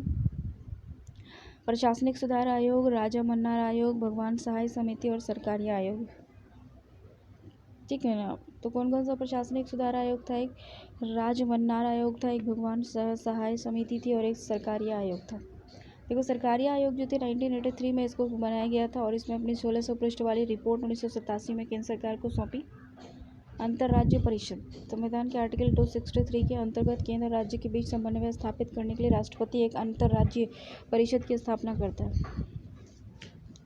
पहली बार जून 1990 में अंतर्राज्यीय परिषद की स्थापना की गई थी, जिसकी पहली बैठक 10 अक्टूबर 1990 को हुई थी। इसमें निम्न सदस्य थे जैसे कि प्रधानमंत्री, उसके द्वारा मनोनीत 6 कैबिनेट स्तर के मंत्री, सभी राज्य और संघ राज्य क्षेत्रों के मुख्यमंत्री, संघ राज्य क्षेत्रों के प्रशासक। अंतर्राज्य परिषद की बैठक वर्ष में 3 बार की जाएगी, जिसकी अध्यक्षता प्रधानमंत्री, उनकी अनुपस्थिति में प्रधानमंत्री द्वारा नियुक्त कैबिनेट स्तर का मंत्री करता है। परिषद की बैठक के लिए आवश्यक है कि कम से कम 10 सदस्य उपस्थित हों। तो एक योजना आयोग होता है, अब इसका नाम नीति आयोग कर दिया गया है, ठीक है ना। उसके बाद राष्ट्रीय विकास परिषद है, ठीक है। योजना निर्माण में इसकी भागीदारी होनी चाहिए और इस विचार को स्वीकार करते हुए 6 अगस्त 1952 को राष्ट्रीय विकास परिषद का गठन किया गया था। प्रधानमंत्री इस परिषद के अध्यक्ष होता है और योजना आयोग का सचिव ही इसका सचिव होता है। भारतीय संघ के सभी राज्य मुख्यमंत्री योजना आयोग के सभी सदस्य के पदेन सदस्य होते हैं। देखो, वित्त आयोग है। संविधान के आर्टिकल 280 में वित्त आयोग के गठन का प्रावधान किया गया है। वित्त आयोग के गठन का अधिकार राष्ट्रपति को दिया गया है। वित्त आयोग में राष्ट्रपति द्वारा एक अध्यक्ष और 4 अन्य सदस्य नियुक्त किए जाते हैं। राज्य वित्त आयोग का गठन भारतीय संविधान के अनुच्छेद 243(1) के द्वारा किया जाता है।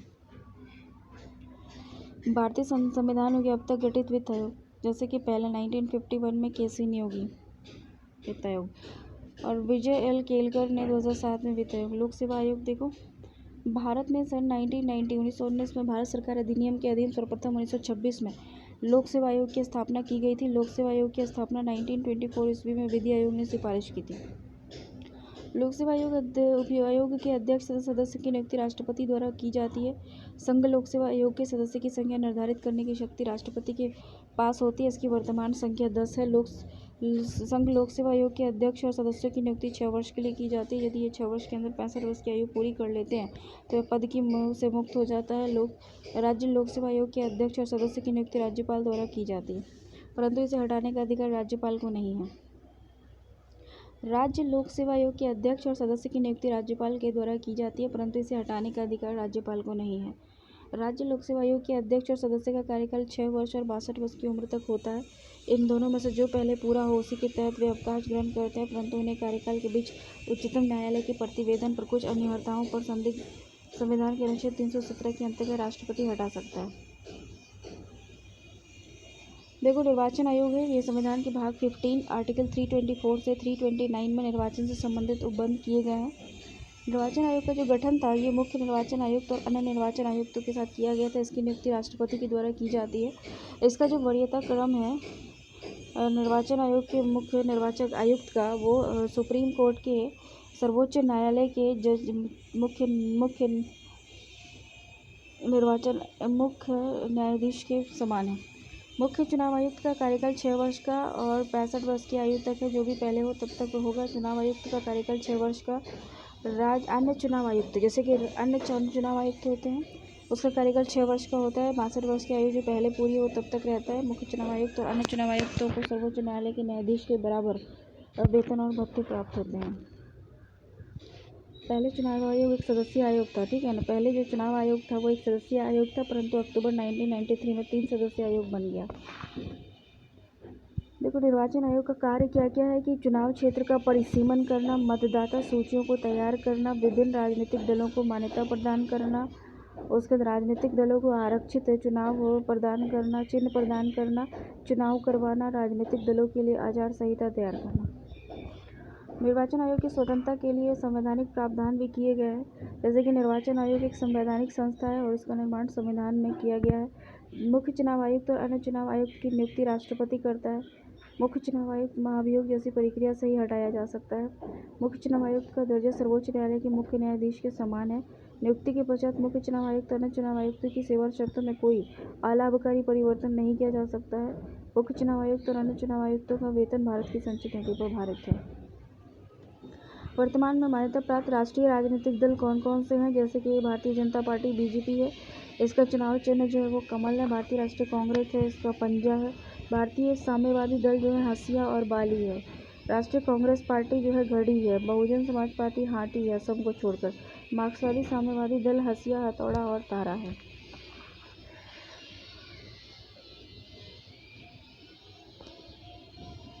तो राष्ट्रीय दल का दर्जा हासिल करने के लिए आवश्यक शर्तें क्या हैं, जैसे कि लोकसभा, आम चुनाव और राज्य विधानसभा चुनाव में किन्हीं 4 अथवा अधिक राज्यों में कुल डाले गए वैध मतों का 6% प्राप्त करना जरूरी होता है। इसके अलावा ऐसे किसी एक राज्य और राज्य से विधानसभा की कम से कम 4 सीटें जीतनी होगी, अर्थात लोकसभा में 2% सीटें हैं ये कम से कम 3 विभिन्न राज्यों में हासिल की गई हो। 24 मार्च 1999 को जारी अधिसूचना के अनुसार क्षेत्रीय दलों की संख्या 36 थी। देखो, क्षेत्रीय दल कौन कौन से हैं। प्रमुख क्षेत्रीय दल है, उनका चुनाव चिन्ह क्या है, जैसे कि तेलुगु देशम पार्टी है, इसका जो चुनाव चिन्ह है वो साइकिल है, ये आंध्र प्रदेश में है। समाजवादी पार्टी है, ये साइकिल है, उत्तर प्रदेश है। असम परिषद जो है ये हाथी है, असम में है। झारखंड मुक्ति मोर्चा तीर कमान है, झारखंड है। लोक जनशक्ति बंगला पार्टी बंगला है। लोक जनशक्ति पार्टी एलजेपी का बंगला है चिन्ह, ये बिहार है। पैंथर्स पार्टी जो है ये साइकिल है, इसका चुनाव चिन्ह जम्मू कश्मीर में है। नेशनल कॉन्फ्रेंस जो है जम्मू कश्मीर में, ये कश्मीर की एक राज्य की पार्टी है। नेशनल कॉन्फ्रेंस, इसका हल है। शिवसेना का तीर कमान है, महाराष्ट्र का है। मुस्लिम लीग की सीढ़ी है केरला में मुस्लिम लीग पार्टी है, उसका चुनाव चिन्ह जो है सीढ़ी है। ऑल इंडिया फॉरवर्ड ब्लॉक जो है ये शेर है। ऑल इंडिया फॉरवर्ड ब्लॉक जो है इसका चुनाव चिन्ह शेर है। ये पश्चिम बंगाल में है पार्टी। अन्ना द्रविड़ मुन्ने कंडम AIDMK, अन्ना द्रविड़ ADMK, ये 2 पत्ती है तमिलनाडु में। महाराष्ट्रवादी गोमती पार्टी शेर है गोवा में। सिक्किम संग्राम परिषद हाथी है सिक्किम में।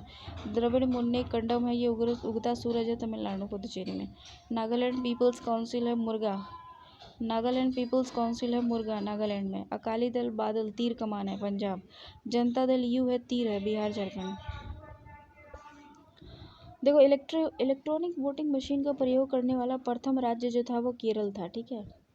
इलेक्ट्रॉनिक वोटिंग मशीन का प्रयोग करने वाला प्रथम राज्य कौन था, तो केरल था। और विधानसभा उपचुनाव और अप्रैल 1982 तथा इस मशीन का प्रयोग करके पूरा चुनाव कराने वाला प्रथम राज्य जो था वो गोवा था। पहली बार जो इलेक्ट्रॉनिक वोटिंग मशीन का जो इस्तेमाल 1982 में सबसे पहले केरल में हुआ था, लेकिन पूर्ण तरीके से पूरा चुनाव संपन्न जो हुआ था पहली बार वो गोवा में हुआ था। परिसीमन आयोग और संविधान में परिसीमन आयोग के संबंध में कोई स्पष्ट निर्देश नहीं दिया गया है। आर्टिकल 82 में प्रत्येक जनगणना की समाप्ति पर लोकसभा और राज्य के निर्वाचन क्षेत्रों के विभाजन और पुनः समायोजन का कार्य संसद द्वारा विहित अधिकारी द्वारा किए जाने का प्रावधान किया गया था। 42वां संविधान संशोधन 1976 में हुआ था। इसमें संविधान के आर्टिकल 82 में संशोधन कर परिसीमन पर 2000 तक के लिए रोक लगा दी गई थी, लेकिन दोबारा 84वें संविधान संशोधन अधिनियम 2001 के द्वारा संविधान के आर्टिकल 82 और 173 की शर्तों में संशोधन किया गया, जिसके अनुसार देश में लोकसभा और विधानसभा की सीटों की संख्या वर्ष 2026 तक कोई वृद्धि नहीं की जाएगी। परिसीमन आयोग 2002 का गठन 12 जुलाई 2002 को न्यायमूर्ति कुलदीप सिंह की अध्यक्षता में किया गया था तथा इस आयोग की सिफारिशों को केंद्रीय मंत्रिमंडल ने 10 जनवरी 2008 को मंजूरी दी थी। नए परिसीमन से लोकसभा में आरक्षित सीटों की संख्या बढ़ जाएगी, ठीक है ना। नए परिसीमन के बाद जो था लोकसभा में आरक्षित सीटों की संख्या बढ़ जाएगी। नया परिसीमन 2001 की जनगणना के आधार पर किया गया था। परिसीमन आयोग में देश के मुख्य निर्वाचन आयुक्त सहित सभी राज्य के केंद्र शासित प्रदेशों के निर्वाचन आयुक्त इस आयोग के सदस्य हैं। वैसे राज्य जिनका परिसीमन आयोग 2002 के द्वारा परिसीमन नहीं हो सका, असम, मणिपुर, अरुणाचल प्रदेश, नागालैंड, झारखंड, पूर्वोत्तर क्षेत्र, चारों राज्यों में स्थानीय विरोध एवं अदालतों के स्थगन आदेश के कारण परिसीमन नहीं हो सका था, जबकि झारखंड में सरकारी नीति के विपरीत आरक्षित सीटें कम होने के कारण यह परिसीमन पूरा नहीं हो सका।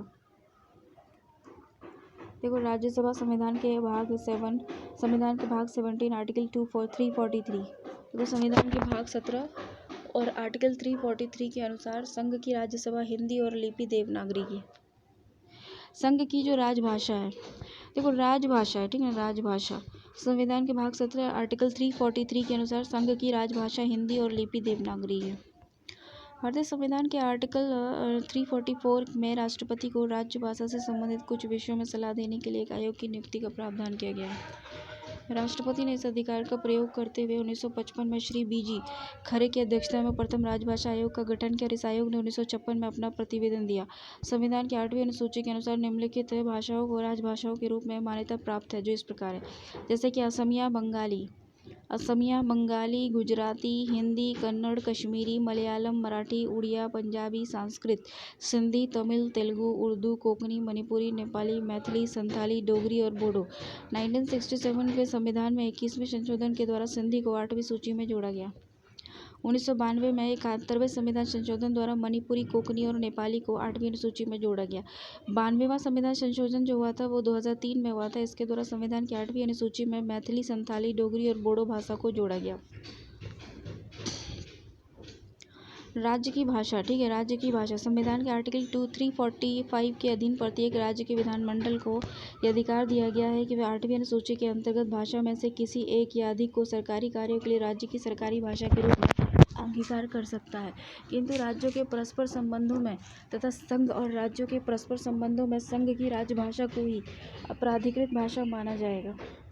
देखो, उच्चतम और उच्च न्यायालय और विधानमंडलों की भाषा। संविधान में प्रावधान किया गया है कि जब तक संसद द्वारा कानून बनाकर अन्यथा प्रावधान न किया जाए तब तक उच्चतम न्यायालय और उच्च न्यायालय की भाषा अंग्रेजी होगी और संसद और राज्य विधानमंडलों द्वारा पारित कानून अंग्रेजी में होंगे। आपात उपबंध क्या है? भारतीय संविधान में 3 प्रकार के आपातकाल का प्रावधान किया गया है। एक आर्टिकल 352 है, एक आर्टिकल 356 है और एक आर्टिकल 360 है। तो देखो, राष्ट्रीय आपात जो होता है आर्टिकल 352 होता है। इसकी घोषणा निम्नलिखित में से किसी भी आधार पर राष्ट्रपति के द्वारा की जा सकती है, जैसे कि युद्ध की स्थिति में आर्टिकल 352, बाह्य आक्रमण की स्थिति में, सशस्त्र विद्रोह की स्थिति में हम जो है आर्टिकल 352 इम्प्लीमेंट कर सकते हैं। लेकिन राष्ट्रीय आपातकाल की घोषणा राष्ट्रपति जो है वो मंत्रिमंडल की लिखित सिफारिश पर करता है। राष्ट्रीय आपातकाल की जो उद्घोषणा को न्यायालय में प्रश्नगत किया जा सकता है। 44वें संविधान संशोधन 1978 में अनुच्छेद 352 के अधीन घोषणा संपूर्ण भारत में या उसके किसी भाग में की जा सकती है।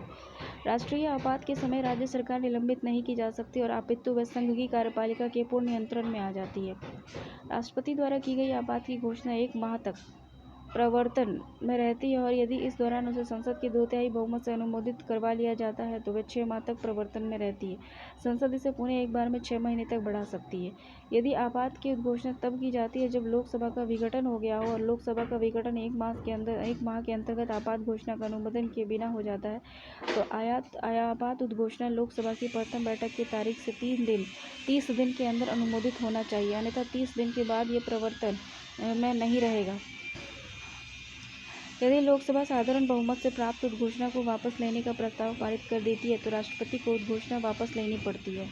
जब आपात उद्घोषणा का विचार करने के लिए लोकसभा का विशेष अधिवेशन तब आहूत किया जा सकता है जब लोकसभा की कुल सदस्य संख्या 1/10 सदस्यों द्वारा लिखित सूचना लोकसभा अध्यक्ष को जब सत्र चल रहा हो और राष्ट्रपति को जब सत्र नहीं चल रहा हो तो दी जा सकती है।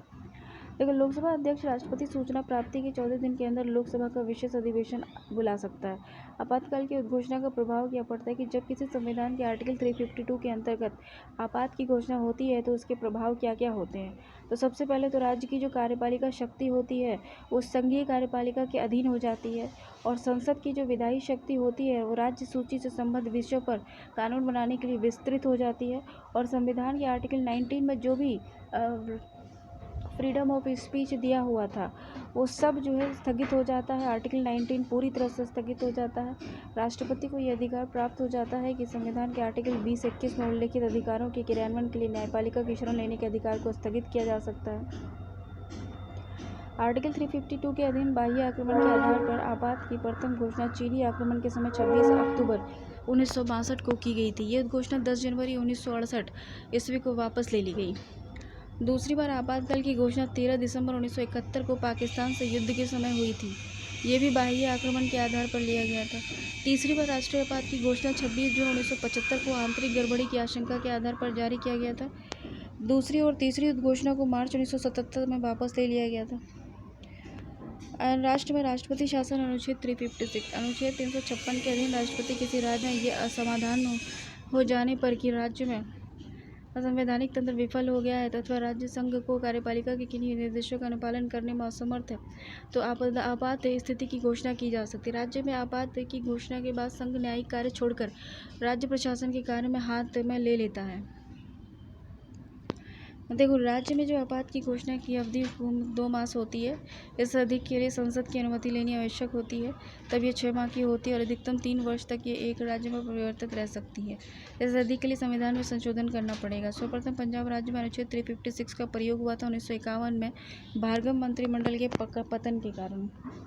देखो, सर्वाधिक समय तक अनुच्छेद 356 का प्रयोग पंजाब राज्य में रहा और 11/5/1987 से 25/2/1992 तक।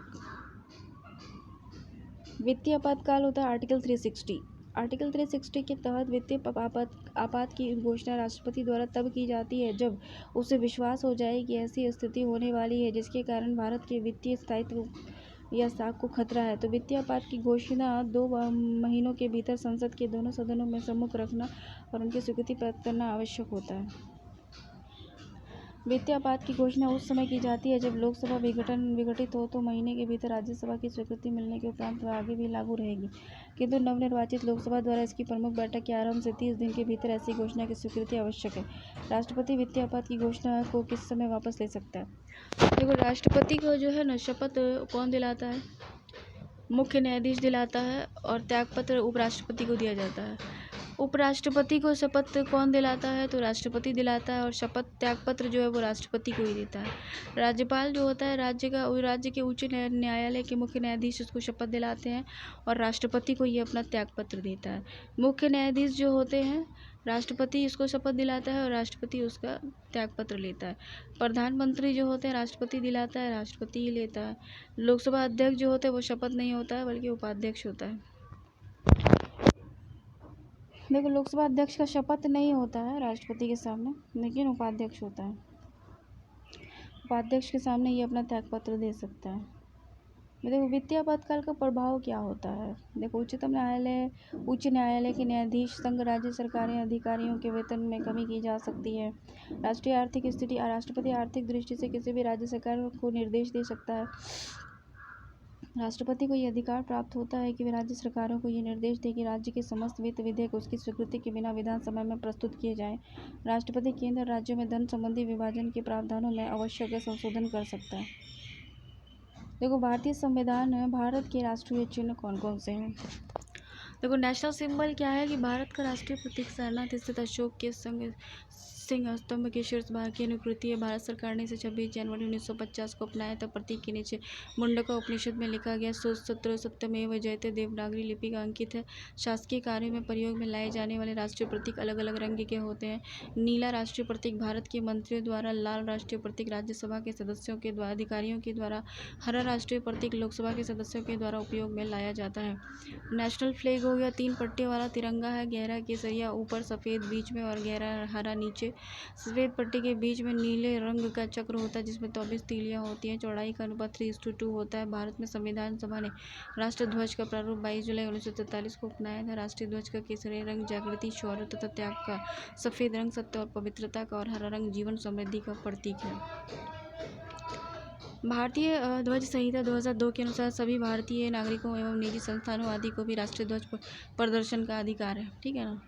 भारतीय ध्वज संहिता 2002 के अनुसार जनवरी 2004 को एक महत्वपूर्ण विनिर्णय में उच्चतम न्यायालय के मुख्य न्यायाधीश ने ये घोषणा की कि संविधान के अनुच्छेद 19(1) के अधीन राष्ट्रीय ध्वज फहराना नागरिकों का मूल अधिकार है।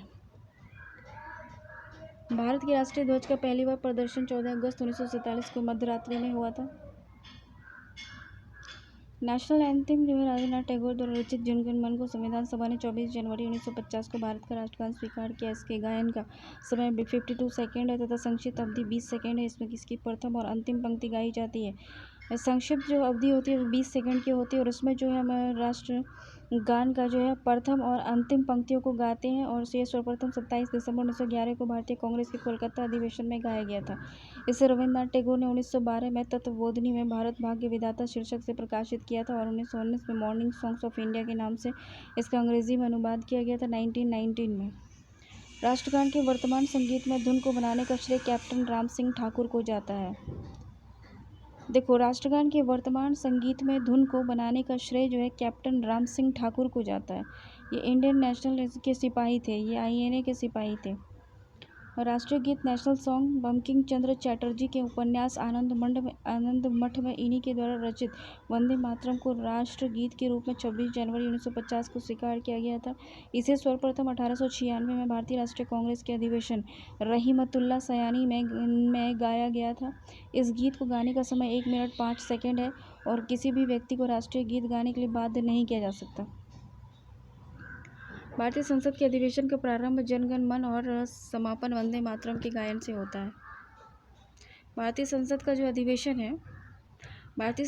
अधिवेशन होता है जब शुरू होता है तो उसको जनगण मन से शुरू करते हैं और जब इसका समापन होता है तो उसको वंदे मातरम के गायन से समाप्त करते हैं। राष्ट्रीय कैलेंडर ग्रिगोरियन कैलेंडर के साथ भारत देश भर के लिए शक संवत आधारित है और राष्ट्रीय पंचांग के सरकारी प्रयोग के लिए 22 मार्च 1957 को अपनाया गया था। इसका पहला महीना चैत्र है और ये सामान्य वर्ष में 21 मार्च को और लीप वर्ष में 22 मार्च को प्रारंभ होता है। राष्ट्रीय पुष्प भारत का राष्ट्रीय पुष्प कमल है। नीलम्बो म्यूसिफेरा गार्डेंस। राष्ट्रीय पक्षी भारत का राष्ट्रीय पक्षी मयूर है, पेबो क्रिस्टिसस। राष्ट्रीय पशु लायन है। पशु बाघ पैंथेरा टाइग्रिस लिनोयस है। राष्ट्रीय पक्षी वह है कौन है? पैंथेरा टाइग्रिस, बाघ है लिनोयस है। राष्ट्रीय फल जो है वो आम मैंगीफेरा इंडिका भारत का राष्ट्रीय फल है। राष्ट्रीय वृक्ष जो है वो बरगद है, फाइकस बेंथेलिस भारत का राष्ट्रीय वृक्ष है बरगद। राष्ट्रीय जलीय जीव कौन है? डॉल्फिन है। 5 अक्टूबर 2009 को डॉल्फिन को राष्ट्रीय जलीय जीव घोषित किया गया था।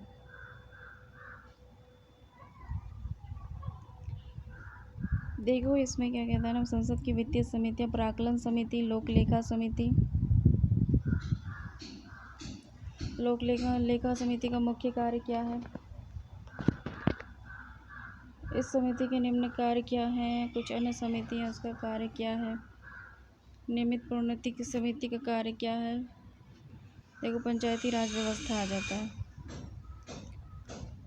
देखो पंचायती राज व्यवस्था का शुभारंभ स्वतंत्र भारत में 2 अक्टूबर 1959 को भारत के प्रथम प्रधानमंत्री जवाहरलाल नेहरू ने के द्वारा राजस्थान राज्य के नागौर जिले में हुआ था। 11 अक्टूबर 1959 को पंडित नेहरू ने आंध्र प्रदेश राज्य में पंचायती राज का प्रारंभ किया था।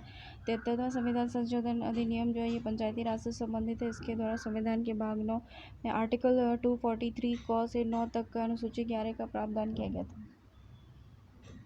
देखो आर्टिकल 73वां संविधान संशोधन की मुख्य बातें क्या क्या है? इसके द्वारा पंचायती राज के त्रिस्तरीय ढांचे का प्रावधान किया गया है। ग्राम स्तर पर ग्राम पंचायत, प्रखंड स्तर पर पंचायत समिति और जिला स्तर पर जिला परिषद के गठन की व्यवस्था की गई है। पंचायती राज संस्था के प्रत्येक स्तर में 1/3 संस्थानों पर महिलाओं के लिए आरक्षण की व्यवस्था की गई थी, लेकिन अब जो है महिलाओं के लिए बिहार में 50% आरक्षित कर दिया गया है। इसके कार्यकाल 5 वर्ष निर्धारित किया जाता है। पंचायत भंग होने पर 6 माह के अंदर निर्वाचन होगा। राज्य की संचित निधि से इन संस्थाओं को अनुदान देने की व्यवस्था की गई है। 73वें संविधान संशोधन के द्वारा पंचायती राज अधिनियम का निर्माण करने वाले प्रथम राज्य कर्नाटक थे। देखो इसमें पंचायती राज संस्था के सुधार के लिए समय समय पर बहुत सारी समिति गठित की गई थी। सबसे पहली समिति जो थी वो बलवंत राय मेहता समिति थी जो 1957 में गठित की गई थी। उसके बाद अशोक मेहता समिति थी 1977 में। PVK राव समिति जो थी 1985 में। LM सिंघवी समिति जो थी 1986 में। 64वां संविधान संशोधन 1989 में हुआ था और 73वां संविधान संशोधन 1993 में हुआ था।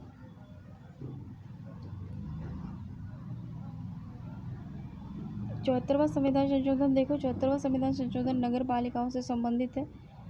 ठीक है, इसके द्वारा संविधान के भाग 9 को अनुच्छेद 243 तो से यो तो छो तक 12वीं अनुसूची में प्रावधान किया गया है। अब देखो 74वां संशोधन की मुख्य बातें क्या है कि नगर पालिकाओं में महिलाओं के लिए वोट 3 भाग स्थान आरक्षित है। नगर पालिकाओं में अनुसूचित जाति अनुसूचित जनजाति के लिए आरक्षण की व्यवस्था की गई है। नगरीय संस्थाओं का कार्यकाल 5 वर्ष का होगा। विघटन की स्थिति में 6 माह के अंदर चुनाव कराना आवश्यक है। नगर पालिका के प्रकार क्या है? नगर पंचायत ऐसा ग्रामीण क्षेत्र जो नगर के क्षेत्र में प्रवर्तित हो रहा है तो वहाँ नगर पंचायत होगा। नगर परिषद कहाँ होता है? छोटे नगर में होता है। नगर निगम बड़े नगर क्षेत्र में होता है। नगर निगम की स्थापना सर्वप्रथम मद्रास में हुई थी 1687 में पहली बार की गई थी मद्रास में। 73वां संविधान संशोधन अधिनियम 25/4/1993 से 74वां संविधान संशोधन 1/4/1993 में प्रवृत्त हो गया।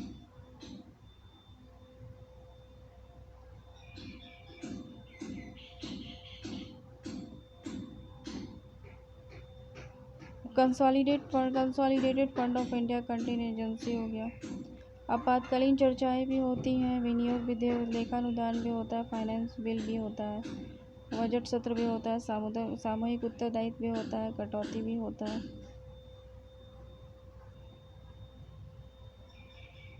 धन्यवाद प्रस्ताव भी होता है, विश्वास प्रस्ताव भी होता है, बैक बेंचर्स, बुलेटिन, कॉकस, त्रिशंकु संसद नियम, न्यायिक पुनरावलोकन, कोरम।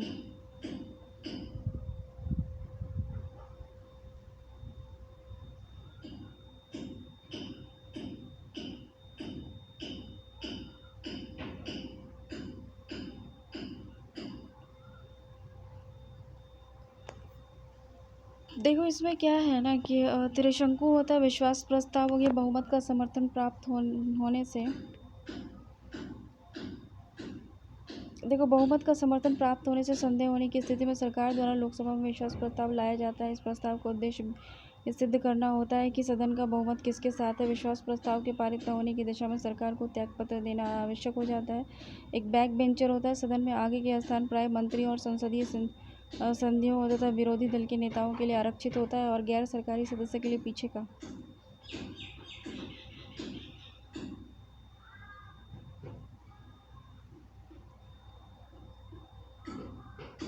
स्थान नियत रहता है। पीछे बैठने वाले सदस्यों को ही बैक बेंचर कहा जाता है। बुलेटिन वह संसदीय प्रक्रिया है जिसमें सभी मांगों को जो नियत तिथि तक न निपटाई गई हो बिना चर्चा के ही मतदान के लिए रखा जाता है। काकस होता है ये किसी राजनीतिक दल और गुट के प्रमुख सदस्यों की बैठक को काकस कहते हैं। इन प्रमुख सदस्यों द्वारा तय की गई नीतियों से ही पूरा दल संचालित होता है। त्रिशंकु संसद आम चुनाव में किसी राजनीतिक दल को स्पष्ट बहुमत न मिलने की स्थिति में त्रिशंकु संसद की रचना होती है और त्रिशंकु संसद की स्थिति में दल बदल जैसे कूट प्रतियों की प्रोत्साहन मिलता है और देश में 9वीं 10वीं 11वीं और 12वीं लोकसभा की स्थिति यही रही थी। आर्टिकल नियम 193 नियम 193 क्या है। इस नियम के अंतर्गत सदस्य आवश्यकता और अविलंबनीय विषय पर तुरंत अल्पकालिक चर्चा की मांग कर सकते हैं। यह नियम 1953 में बनाया गया था। इसे सदन की नियमावली में अविलंब चर्चा के लिए स्थगन प्रस्ताव के अतिरिक्त अन्य कोई साधन सदस्यों के पास न रखा था, इसलिए यह नियम बनाया गया। इसके अंतर्गत सदस्य किसी भी सार्वजनिक महत्व के अविलंबी विषय पर अल्पकालिक चर्चा के लिए नोटिस दे सकते हैं। यह चर्चा किसी प्रस्ताव के माध्यम से नहीं होती। इस कारण चर्चा में अंत में सदन में मत विभाजन नहीं होता, केवल सभी पक्ष के सदस्य संबंधित विषय पर अपने विचार प्रकट करने का अवसर मिलता है। न्यायिक पुनरावलोकन में क्या होता है कि भारत में न्यायपालिका को न्यायिक पुनरावलोकन की शक्ति प्रदान की गई है। भारत में न्यायपालिका को न्यायिक पुनरावलोकन की शक्ति प्राप्त है। न्यायिक पुनरावलोकन के अनुसार न्यायालय को यह अधिकार है कि यदि विधानमंडल द्वारा पारित की गई विधायी अथवा कार्यपालिका द्वारा दिए गए आदेश संविधान के प्रतिकूल है तो वह इन्हें निरस्त घोषित कर सकता है। गणपूर्ति कोरम हो गया सदन की किसी बैठक के लिए गणपूर्ति अध्यक्ष सहित कुल सदस्यों का 10वां भाग होता है। बैठक शुरू होने के पूर्व यदि गणपूर्ति नहीं हो तो गणपूर्ति घंटी बजाई जाती है। अध्यक्ष तभी पीठासीन होता है जब गणपूर्ति हो जाती है। प्रश्नकाल दोनों सदस्यों में प्रत्येक बैठक के प्रारंभ में 1 घंटे का प्रश्न किए जाते हैं और उनके उत्तर दिए जाते हैं। इसे प्रश्नकाल कहा जाता है। प्रश्नकाल के दौरान सदस्यों को सरकार के कार्यों पर आलोचन और प्रत्यालोचन का समय मिलता है और इसके 2 भाग होते हैं। एक तो सरकार जनता की कठिनाइयों और अपेक्षाओं के प्रति सजग रहती है, दूसरे इस दौरान सरकार अपनी नीतियों और कार्यक्रमों की जानकारी सदन को देती है। प्रेशर ग्रुप भी होता है। प्रेशर ग्रुप कैसा होता है कि दबाव समूह होता है। व्यक्तियों के ऐसे समूह जिनके हित समान होते हैं दबाव समूह कहलाते हैं और ये ग्रुप अपने हित के लिए शासन तंत्र पर विभिन्न प्रकार से दबाव बनाते हैं।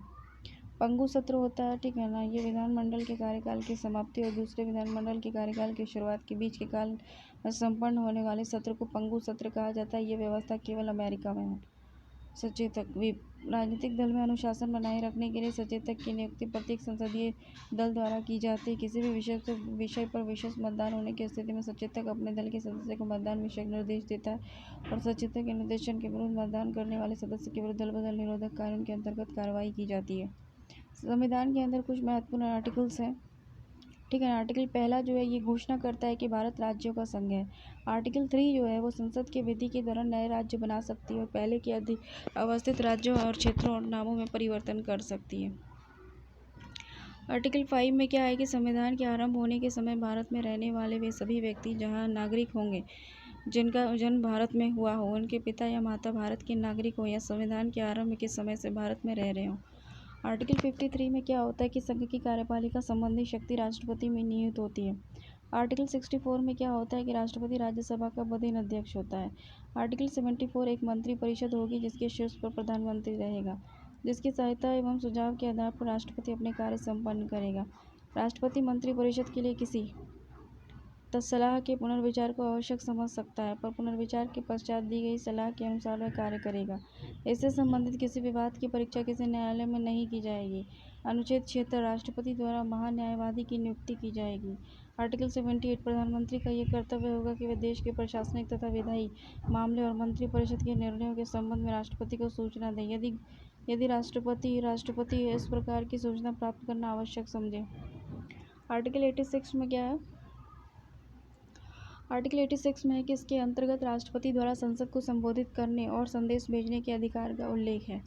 आर्टिकल 108 यदि किसी विधेयक के संबंध में दोनों सदन में गतिरोध उत्पन्न हो गया हो तो संयुक्त अधिवेशन का प्रावधान है। आर्टिकल 110 धन विधेयक को इसमें परिभाषित किया गया है। आर्टिकल 111 संसद के दोनों सदन द्वारा पारित विधेयक राष्ट्रपति के पास भेजे जाते हैं। राष्ट्रपति इस विधेयक को समाप्ति प्रदान कर सकता है या अस्वीकृत कर सकता है। ये संदेश के साथ या बिना संदेश के संसद को उस पर पुनर्विचार के लिए भेज सकता है, पर यदि दोबारा विधेयक को संसद द्वारा राष्ट्रपति के पास भेजा जाता है तो वैसे अस्वीकृत नहीं कर सकता।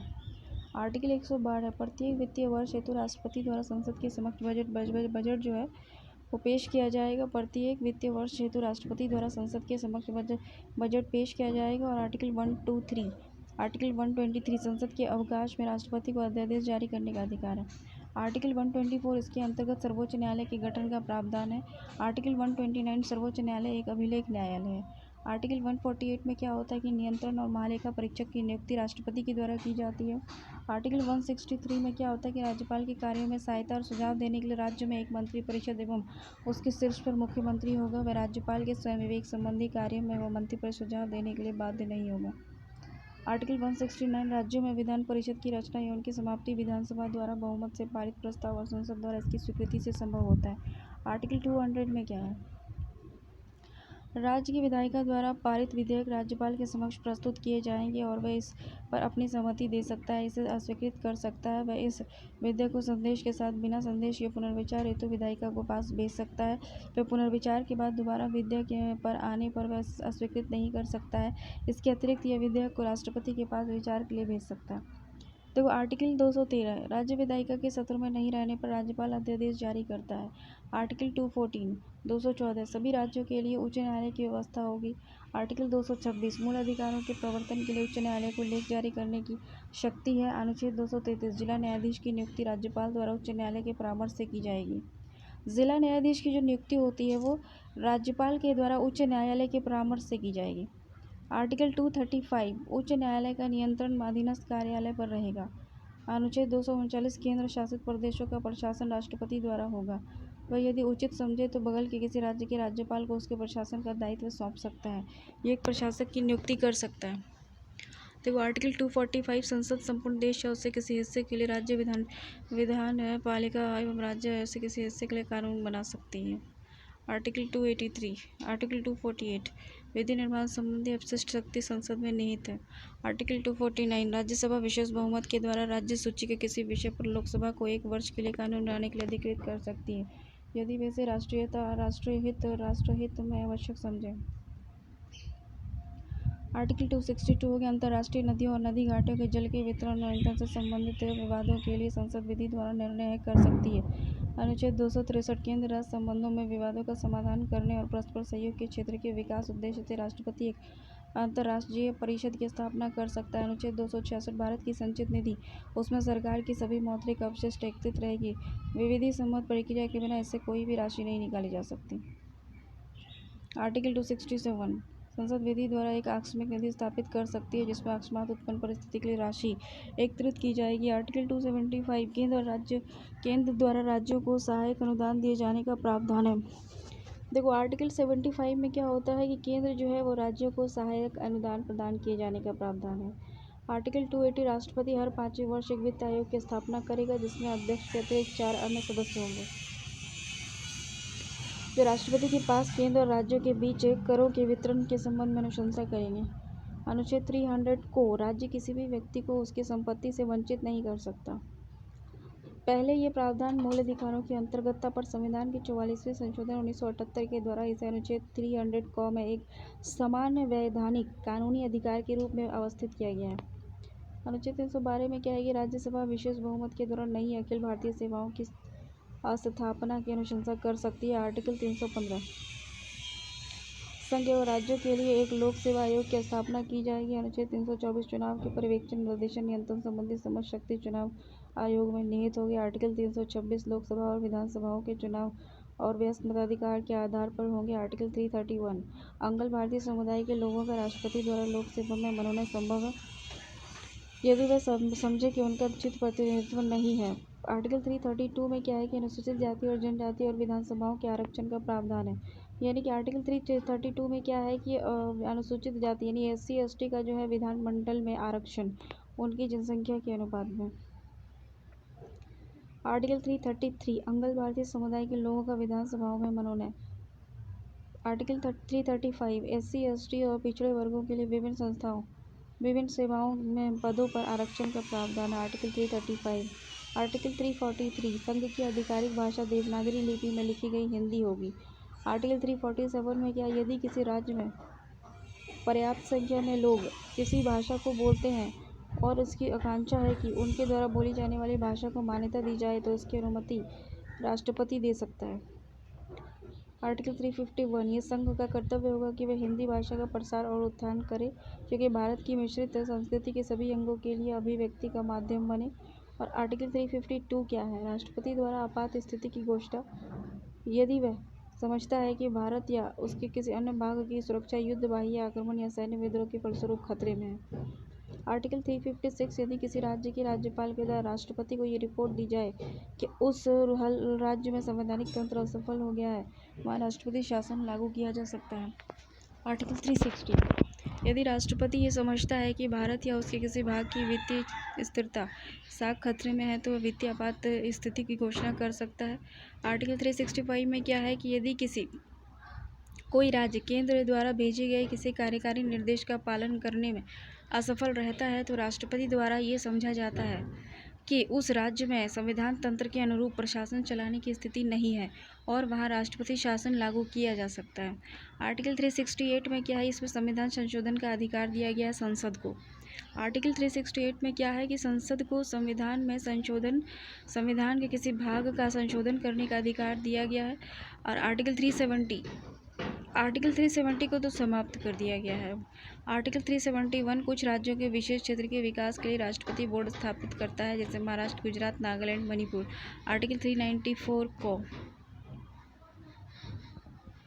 भारतीय संविधान अधिनियम 1947, भारत सरकार अधिनियम 1953 तथा इनसे अन्य पूरक अधिनियमों जिसमें कि प्रिवेसी काउंसिल क्षेत्राधिकार अधिनियम शामिल नहीं है, रद्द किया जा सकता है। देखो, संविधान में कुछ संशोधन किए गए हैं, ठीक है ना, उसको देख लो। तो संविधान का जो पहला संशोधन था जो 1951 में हुआ था, इसके माध्यम से स्वतंत्रता, समानता, संपत्ति से संबंधित मौलिक अधिकार को लागू किए जाने संबंधी कुछ व्यवहारिक कठिनाइयों को दूर करने का प्रयास किया गया। भाषण और अभिव्यक्ति के मूल अधिकारों पर इसमें संचित प्रतिबंध की व्यवस्था की गई है। साथ ही संशोधन द्वारा संविधान में 9वीं अनुसूची को जोड़ा गया है, जिसमें उल्लेखित कानून को सर्वोच्च न्यायालय के न्यायिक पुनरावलोकन की शक्ति के अंतर्गत परीक्षा नहीं की जा सकती। दूसरा संविधान संशोधन जो हुआ था वो 1951 में हुआ था, 1952 में हुआ था। 1951 के अंतर्गत जनगणना के आधार पर लोकसभा में प्रतिनिधित्व को पुनर्व्यवस्थित किया गया।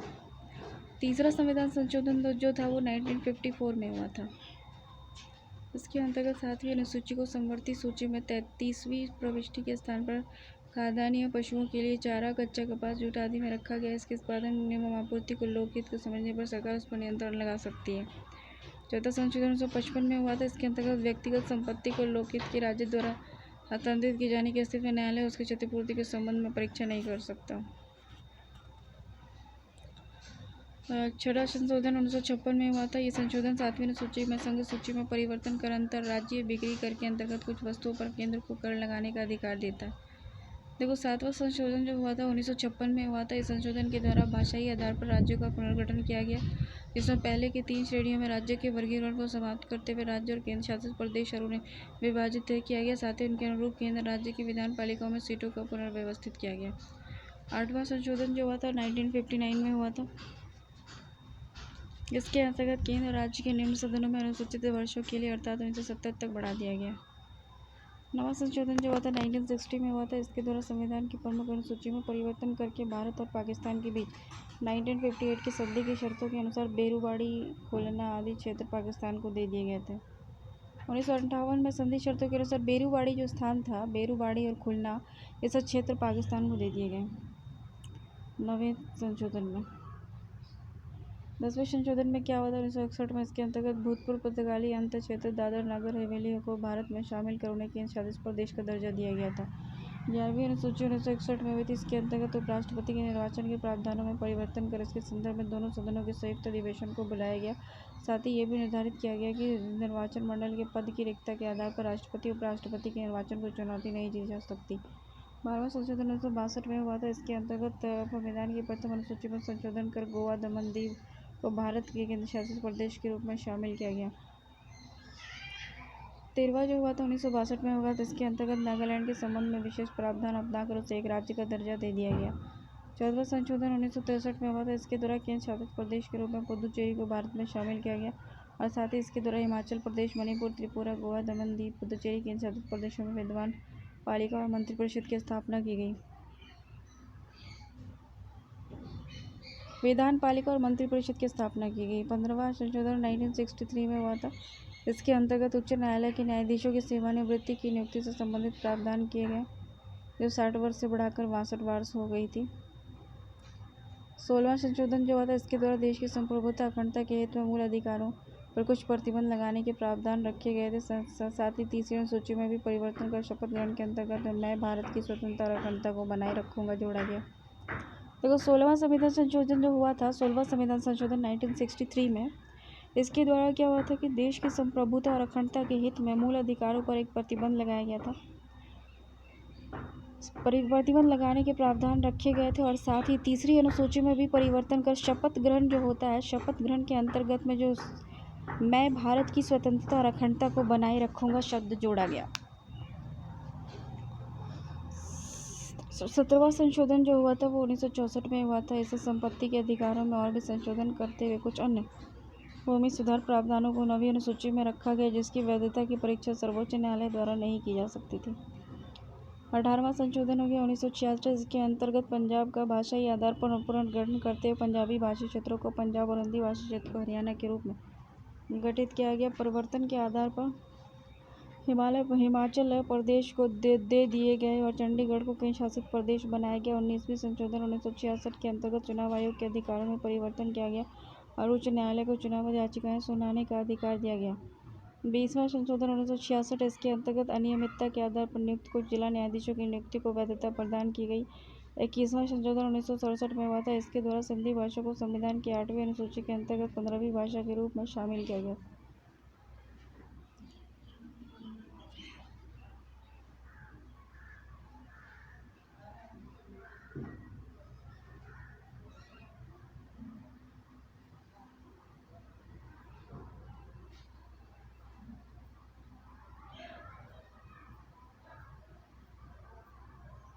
देखो 1959 में असम पूरा पढ़ने की जरूरत नहीं, चलो 27वां, 72वां, 73वां, 74वां,